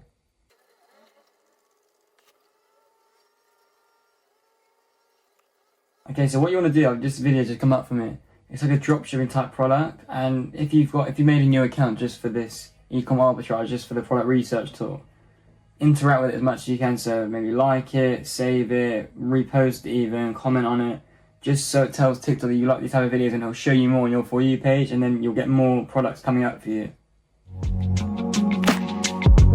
Okay, so I've actually found this one ECOM arbitrage store, and they're selling like vintage clothing but in boxes of like different brands. So you got like Nike, Carhartt, Dickies. I actually like this product. Look, so this is the website. They'll sell like premium mixed vintage mystery box. They're all like kind of mystery boxes, which makes it better because your margins can be higher. Because obviously on the pictures you're going to want to put on the best items, and then you can downgrade it a bit in the products. So I've just realised that this trap delivery brand also runs ads for their business, which is a bit annoying. It means that they might make most of their money from paid ads. But they also post organic, and they get a lot of views organic. So I'm going to look into it a bit. I'm going to see how much they make from ads online. Okay, so I've got this tool which basically tracks other website sales, and I've basically tracked this trapdelivery.com sales, and they get about 1,030 sales a day, which is literally like £30,000 revenue per day. So they're printing money, which means I reckon I can do the same with this store. I just have to hit the right spot with the right creatives. However, I actually have found this one product which could do better than the vintage clothing. It's a massager but with actual hands. I've never seen that before. That can actually do really well. So it's between these two. It's between Trap Delivery and it's between that massage thing with the actual hands. That is really cool. That will actually sell. Okay, so annoyingly my supplier can't get hold of that massage gun with the hands. So I've been looking for like 2 hours now for other products, and they're all shit. Like no products are actually doing well at the moment, and the ones that are, my supplier can't get hold of. So the best shot that we're going to go with is the vintage clothing from Trap Delivery, that exact prototype with like the mystery boxes with the multiple pieces inside. That's our best shot of making a lot of money with this. Alright, so now we know that we can't do that massage gun, which was my preferred product. We're going to go for the vintage clothing boxes, the mystery boxes. It's not a problem. That Trap Delivery are literally doing like 1,000 orders a day, which is like tens of thousands in revenue per day and like 10,000 profit per day. Now we've narrowed that down, all we really need to do is build the store and then get the ad set up. And obviously we've also got the whole of Trap Delivery's ad library and the organic TikTok and Instagram to basically strip and just use for ourselves. Well, not strip, but basically just use as ideas. Alright boys, let's get working. Alright guys, so I think we've got a good list of brand names for the store to work with, so we can pick out the best one. I'll show you here. Okay, so I use Claude for this. I say, give me a good brand name that will resonate with vintage and designer clothing lovers. I'm selling boxes of vintage designer clothing in boxes, and I'm also selling them as mystery boxes. I'll also show my competitors Trap Delivery. Here are my screenshots of example products that I'll be selling, and then I attached a screenshot of one of Trap Delivery's boxes as an example. I don't know why it's not loading up there, but it saw it anyway. And it's given me a bunch of different names that are perfect for like brands and ECOM ARBITRAGE brands. I like to keep them one word or two word. I don't like the garment room. I don't like 3-word stuff. You don't need co at the end. You don't need any like the Vault Club. You don't need club. I want it to sound premium as well, because all these vintage ECOM ARBITRAGE brands like the Vintage Wholesale Supply, they're all like very vintage and it almost sounds like the clothing's dirty. We want to differentiate ourselves as premium, just like Trap Delivery have, because it's a massive gap in the market. But honestly, that prompt that I gave to Claude is perfect. You want to use that exact prompt when you try to find your brand name too. It's literally a perfected prompt. When you're using AI, the prompt is key. It's not about your thoughts. You don't need your imagination for this kind of stuff anymore. You just need to be able to prompt AI in a very, very, very good way. And this is probably the best prompt you're going to get for brand names. Now I said I prefer one-worded brands, but I kind of like Mason Archive, so I think we're going to go with that. I've been thinking for like 10 or so minutes, and I think Mason Archive sounds the most premium and just the best, because you can obviously link it to vintage clothing, but you can also link it to the premium nature of clothing. Okay, so I'm just setting up this brand new Shopify store for this ECOM ARBITRAGE business. I'm going to fill out my details and I'll be back in a minute. Okay, so now we're in Mason Archive store. We just need to basically design the actual website. Also, as amateurs who do ECOM ARBITRAGE, they leave their domain, it'll be like masonarchive.myshopify.com. Nobody is buying, nobody is finding that store if you leave that as a domain, so you have to change it. So I haven't even checked yet, but I'm going to check the available domains to buy that are like good and professional. You can see here it's currently masonarchive2.myshopify.com. So we're going to click buy new domain, and we're going to search at Mason Archive there, and it'll give us the best. So masonarchive.com isn't available, and that is not the end of the world, I'm going to be honest. One that I would do is masonarchive.co. That's good enough. There we go. masonarchive.co, available $33 per year, which is about £26, I guess, around that. So let's just buy that real quick. There we go, the domain is purchased. Okay, literally now all I need to do is create the email for the store, so I'll do it something like support@masonarchive.com, which is the professional one. If you don't want to do that, you can literally set it up for free. You can just do masonarchive@gmail.com or masonarchivebusiness@gmail.com if Mason Archive is taken. Just a Google Workspace professional email, because when you get customer support emails, customer service emails, it looks a lot more professional to reply with a proper domain email. Created the Gmail account. Okay, so literally now what we need to do is just build the website, and I'm gonna use my AI store builder. It's completely free, by the way, and it literally creates it in 3 seconds. So you're gonna want to just search up AI store builder on Safari, and then it's literally gonna be, it's this one here. I know you can't really see it properly. It's build your store .ai, and click build my free store. Okay, so you basically just have to go through these steps. You just have to pick your niche, which is fashion and apparel. Okay, so now basically AI is making the whole store for me. It'll literally take like 10 seconds.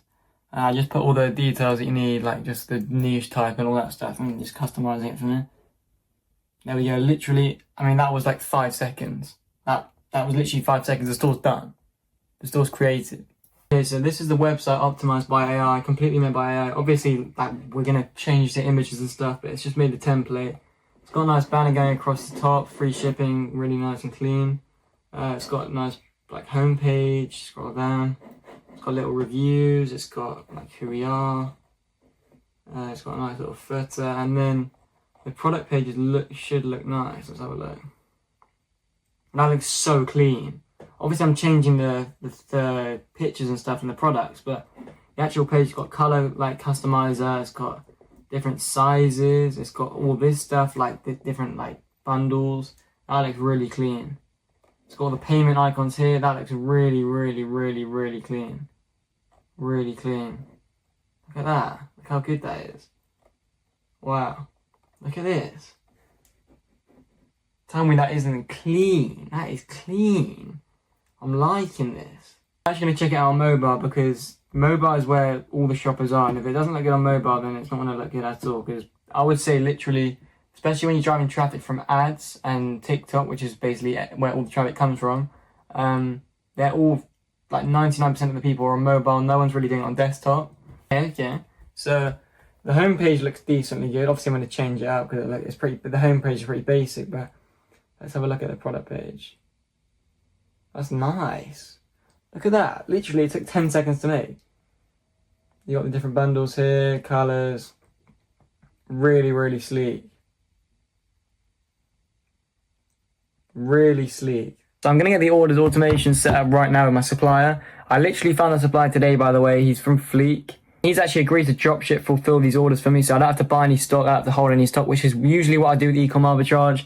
But as I'm on a budget, which most of you will be on, you don't want to hold the risk of purchasing stock without selling it yet. So you can start by dropshipping, fulfilling it. And then when you start getting orders in, obviously you start buying the stock, holding the stock, and then selling it. So yeah, I've been back and forth with the supplier today, and he's agreed to dropship any orders from me. So as soon as I start getting orders in, I just purchase it from him, and then he sends it straight to the customer, which is perfect. The current amount that we've spent is literally just £1 on Shopify and £24.50 on the domain. That's all we've spent. We don't need to spend any more money. Spent like 25 minutes doing the website, but obviously it'll take like a few hours to do, to just like tweak it up and make it perfect. I'm going to the gym now, then I'm going to eat, and then I'm getting a little work session in later. Okay, so it's 4:17 p.m. I'm just customizing the store. It's going to take a while because it's a pretty big store. I'm getting through it. I'm just trying to edit like all of these things that basically aren't relevant to my niche. Obviously, it's all about clothing, but it's not about my clothing that I'm selling. So obviously, I've just got to edit basically everything. But the template's perfect, but just the actual wording all needs edited. I actually think it's going to take longer than I thought to customize the store. Hopefully, I'll get it done tonight, but I'll probably have to finish it off tomorrow, I'm going to be honest.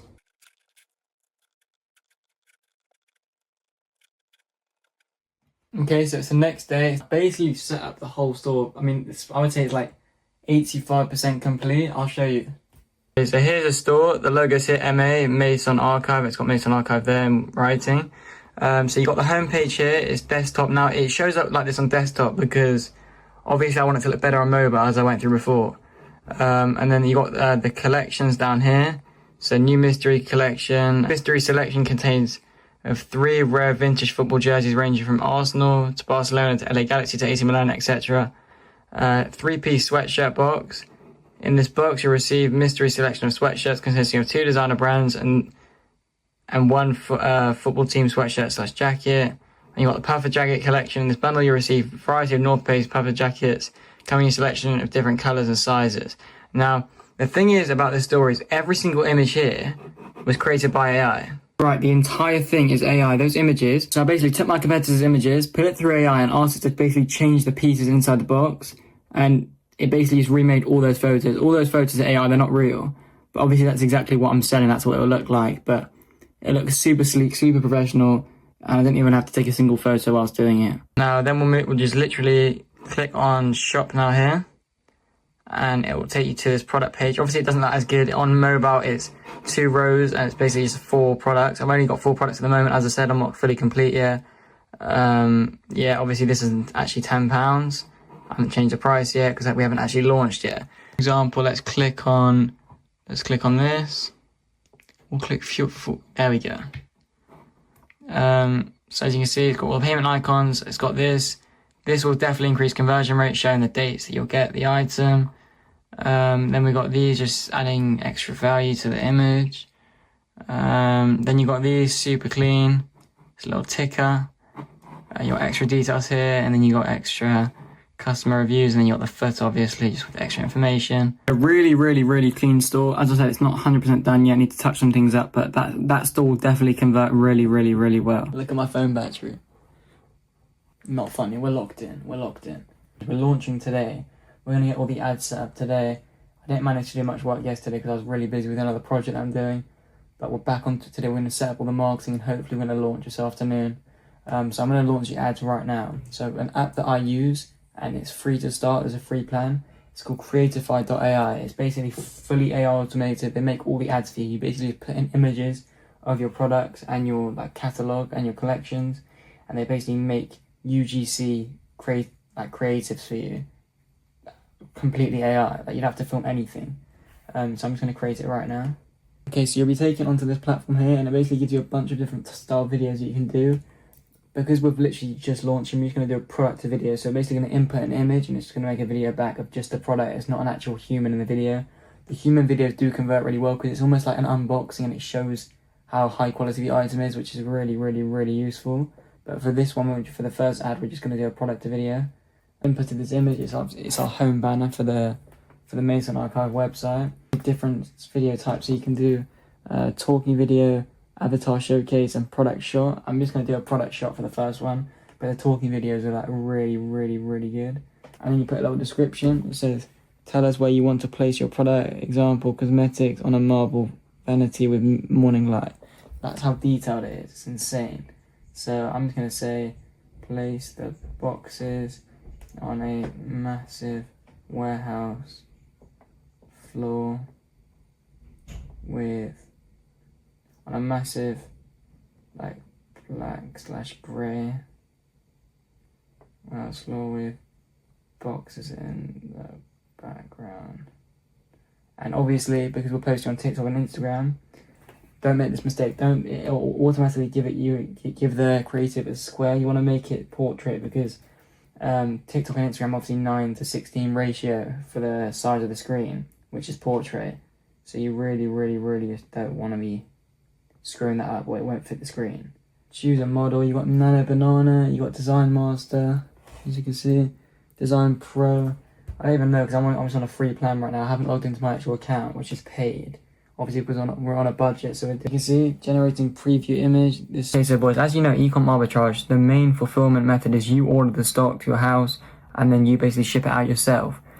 This is because when you order the stock in bulk, the price per piece decreases, which means there's higher profit margins per sale, which gives you more profit altogether, right? So that's what I usually do, but because we're on a budget for this video, and obviously if you don't want to take a risk when you're starting ECOM Arbitrage, you can literally get your supplier to dropship fulfill it for you, which means there's literally zero risk of buying the stock and not being able to sell it. I created a preview image, if I can zoom in, here we go. Look how amazing this is. So obviously, as I said, grey/black warehouse floor with boxes in the background. Tell me that this doesn't look real. Okay, I'm going to just show you when it reloads, hold up. It's obviously covered in creative by watermarks at the moment. Okay, watch this. Hold up. My bad. The box is slowly levitating up. So sleek. Okay, so that video is uploaded on the Mason Archive TikTok and Instagram account. So we're going to basically see how many views we get. Instagram's a lot more long term, so that could get views next week as well. It could be dead for a week and then blow up next week. But TikTok's more, if it doesn't go viral in the first hour, then it's cooked. So we'll see how they go. Okay, boys, it's been 4 hours and 24 minutes since I last clipped, and that video that I posted, firstly I posted the wrong one, but I left the one on with the watermark. I accidentally posted the original one with the watermark, which I was pissed about, but I just thought I'd leave it anyway and just see what happened. And this is what's happened, boys. 10.3k views. I haven't even put a profile picture up yet. I need to actually do that right. I'm gonna do that right now. I need to make the logo the profile picture for the TikTok as well. But yeah, literally first video with watermarks. Imagine what these videos are gonna do without watermarks. When I post, I'm gonna post 2 more today, I reckon. But that's actually crazy. 10.3k views on the first video on a brand new account. Okay, boys, I'm not sure what's going on, but on that video, it's gone up to 24k views, which is insane. But there's a little twist on it. 0 sales, which I'm a bit confused about because that's quite a lot of views to get. It must be a quality issue of viewers. I must be targeting like the wrong audience, because I saw some comments by like some people from Bangladesh and India. So I must be targeting Asia and the wrong people, which is annoying. So it's just a retargeting issue. I've got the traffic and the products are obviously sick and really in demand, but I just need to retarget the videos to the right traffic, and then we'll be printing money. Okay, so I'm not actually in my room now. I'm currently away from London for a couple of days. I just posted a new ad about like 2.5 hours ago. Obviously organic TikTok, and I got a little surprise. There we go. Order today. Order 1 £53.98. Unfulfilled, because I haven't fulfilled it yet, but perfect. And the reason that it is £53.98 is because obviously it's £49.99, but with shipping, we're charging for shipping on this product, so obviously plus shipping it's that much. And it's not fulfilled yet. We need to get the supplier to fulfill it because he's dropshipping it for us. Obviously, usually I'd hold the stock, but because I'm doing it on a budget option, we're doing it dropshipping. Also, right now, as we speak, I'm literally remaking the logo. I think you just made a quick Canva logo. Looks super clean. Obviously, the background is the background of our website, and then the logo is just made some archive, super nice premium font.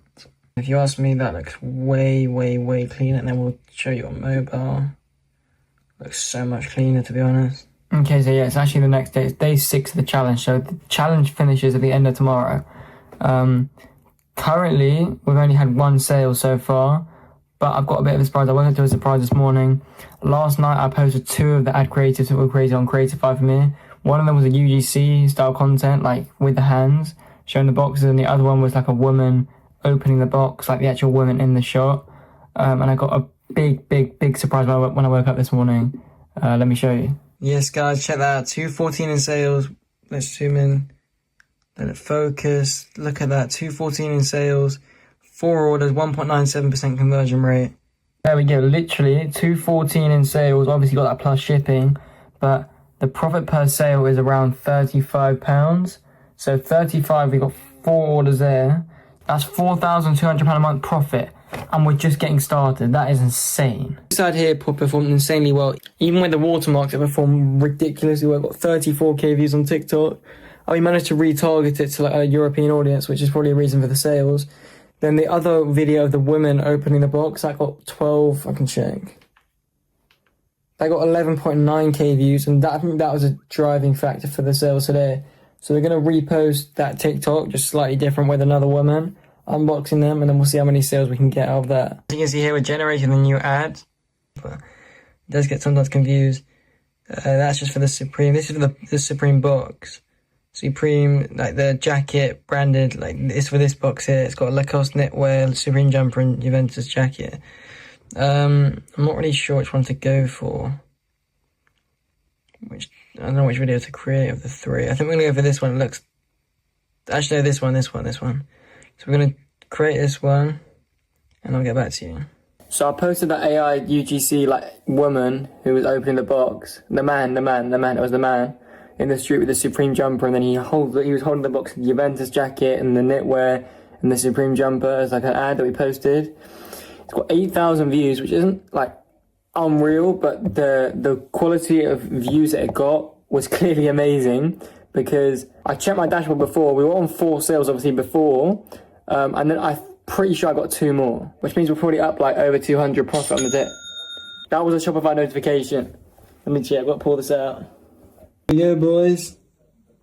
So we're on 7 orders for the day. So I told you we've got 2 before. I just got another one right now. So £357 in revenue, 7 orders, 3.1% conversion rate, which is really, really, really good for organic. Key, that is, if I'm correct, that is £245 profit today. That's like 7 or 8 grand a month, something like that. That's crazy. I set the store up 6 days ago. This is actually crazy. I scaled the store to like tens of thousands a month in profit. Okay, so yes, boy, it's day 7 of the challenge. The challenge literally ends right now because I started on the first day in the morning, so it has to end in the morning. I thought it ended at the end of today, and then I realised it ends literally in like 10 minutes.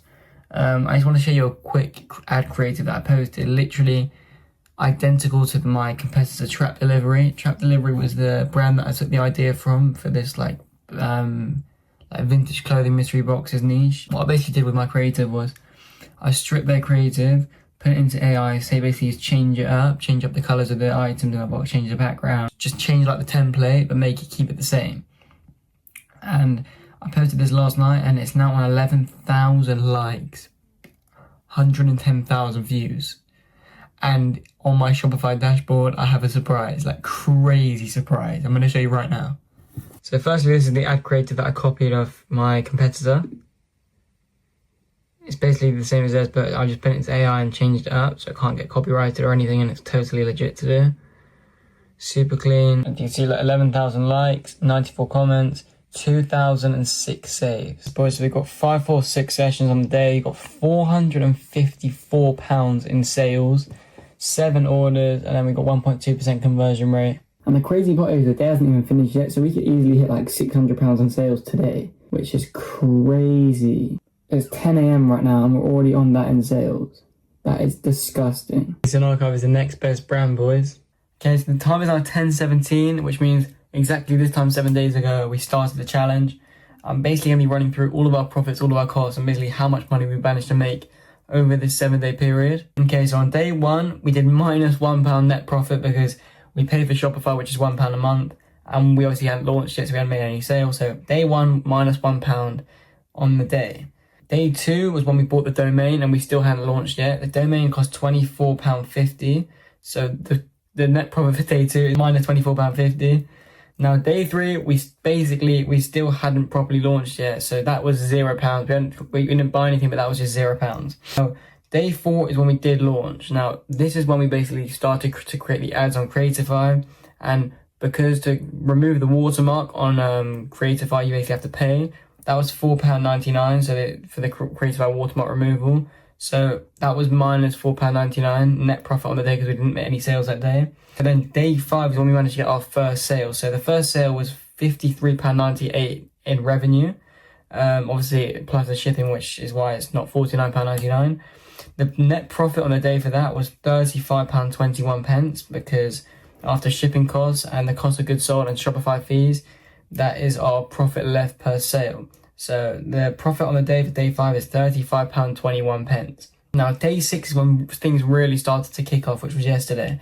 So we managed to do £357.59 in revenue, which is really, really, really good. The profit on the day was just over £245, which is obviously amazing. That's like 7.5k a month profit if you do that consistently every day. And then today, it hasn't even finished yet. I can't even imagine how many sales we're going to get by the end of today, but the challenge would have finished by then. But we've done already £454 in revenue on the day already, and it's only in the morning. That is £315 profit. So that's almost 10k a month if we would do that every single day. That is just crazy. Okay, so the total revenue of the challenge across the whole week is £865.57, which is, I mean, we've literally set the store up 3 days ago, which, I mean, it just shows that the challenge basically started on day 5, which is a bit annoying. I wanted to start making sales on like day 1 or 2, but the setup of ECOM Arbitrage stores do take a few days, and that did set us back a tiny bit. But the total profit for the 7-day challenge is £564.72, which, I mean, as I said, seeing as we started on day 5, which was 3 days ago, £564.72 in profit over the course of 3 days on a brand new store. It just goes to show how insane this business model is. That's literally like over 2k a month that's on a brand new store, and that's in profit.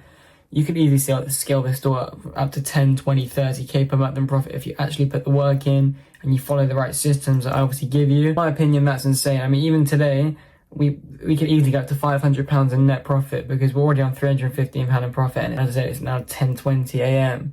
But I mean, honestly, this challenge has been insane. I've honestly proved how insane this business model is and how anyone can start it. I've gone through every single step, and now you literally have no excuse not to be able to make money with ECOM Arbitrage. I've shown you how easy it is. All you have to do, set up the store, buy the domain, start running ads, use AI to build the store, and start making sales. I literally showed you how easy it is. It took me like a few hours of work. It's that simple. But I do hope that you enjoyed this video and got a lot of free sauce out of it, and I hope you can use it to start or scale your ECOM Arbitrage businesses yourself. Yes, boys, so that is it for the mega course. You've now gone from zero knowledge to learning what ECOM Arbitrage is and how it's different to other business models, how to find products that are winning and converting, how to find good quality and reliable suppliers, how to build an AI optimized store within seconds, how to market your store on TikTok organic, how to leverage AI marketing to scale to 10, 15, 20, 25, 30k a month in profit, and of course putting all of these resources to the test on a live video, trying ECOM Arbitrage for 7 days straight. And as you obviously saw, I got insane results. Almost £500 in sales on the 7th day. Boys, if you can't see the potential in this business model, if you can't see the unsaturated nature of this business model, then you're just destined to lose. And honestly, boys, you don't even understand how lucky you are to have a video like this. When I first started out, I had no sort of resources like this. I was on my own back feet, trying it all myself, going through failures, setbacks, Shopify suspensions, and I've compacted all of my knowledge that I've learned over the past 2.5 to 3 years into one video just for you. So boys, honestly, if you can't watch the entirety of this video, then you're genuinely destined to lose in business. I do hope you take all the systems I've given you in this video and actually implement it into your store and actually take action. But boys, I do hope you enjoyed this video as a whole. It took me a hell of a long time to make. If you are wanting to apply to work with me one-on-one, then there'll be a link in the description of this video where you can apply to actually work with me. There'll also be links to my free Discord channel, my TikTok and my Instagram. As I said, boys, I do hope you enjoyed this video, and I will see you in the next one.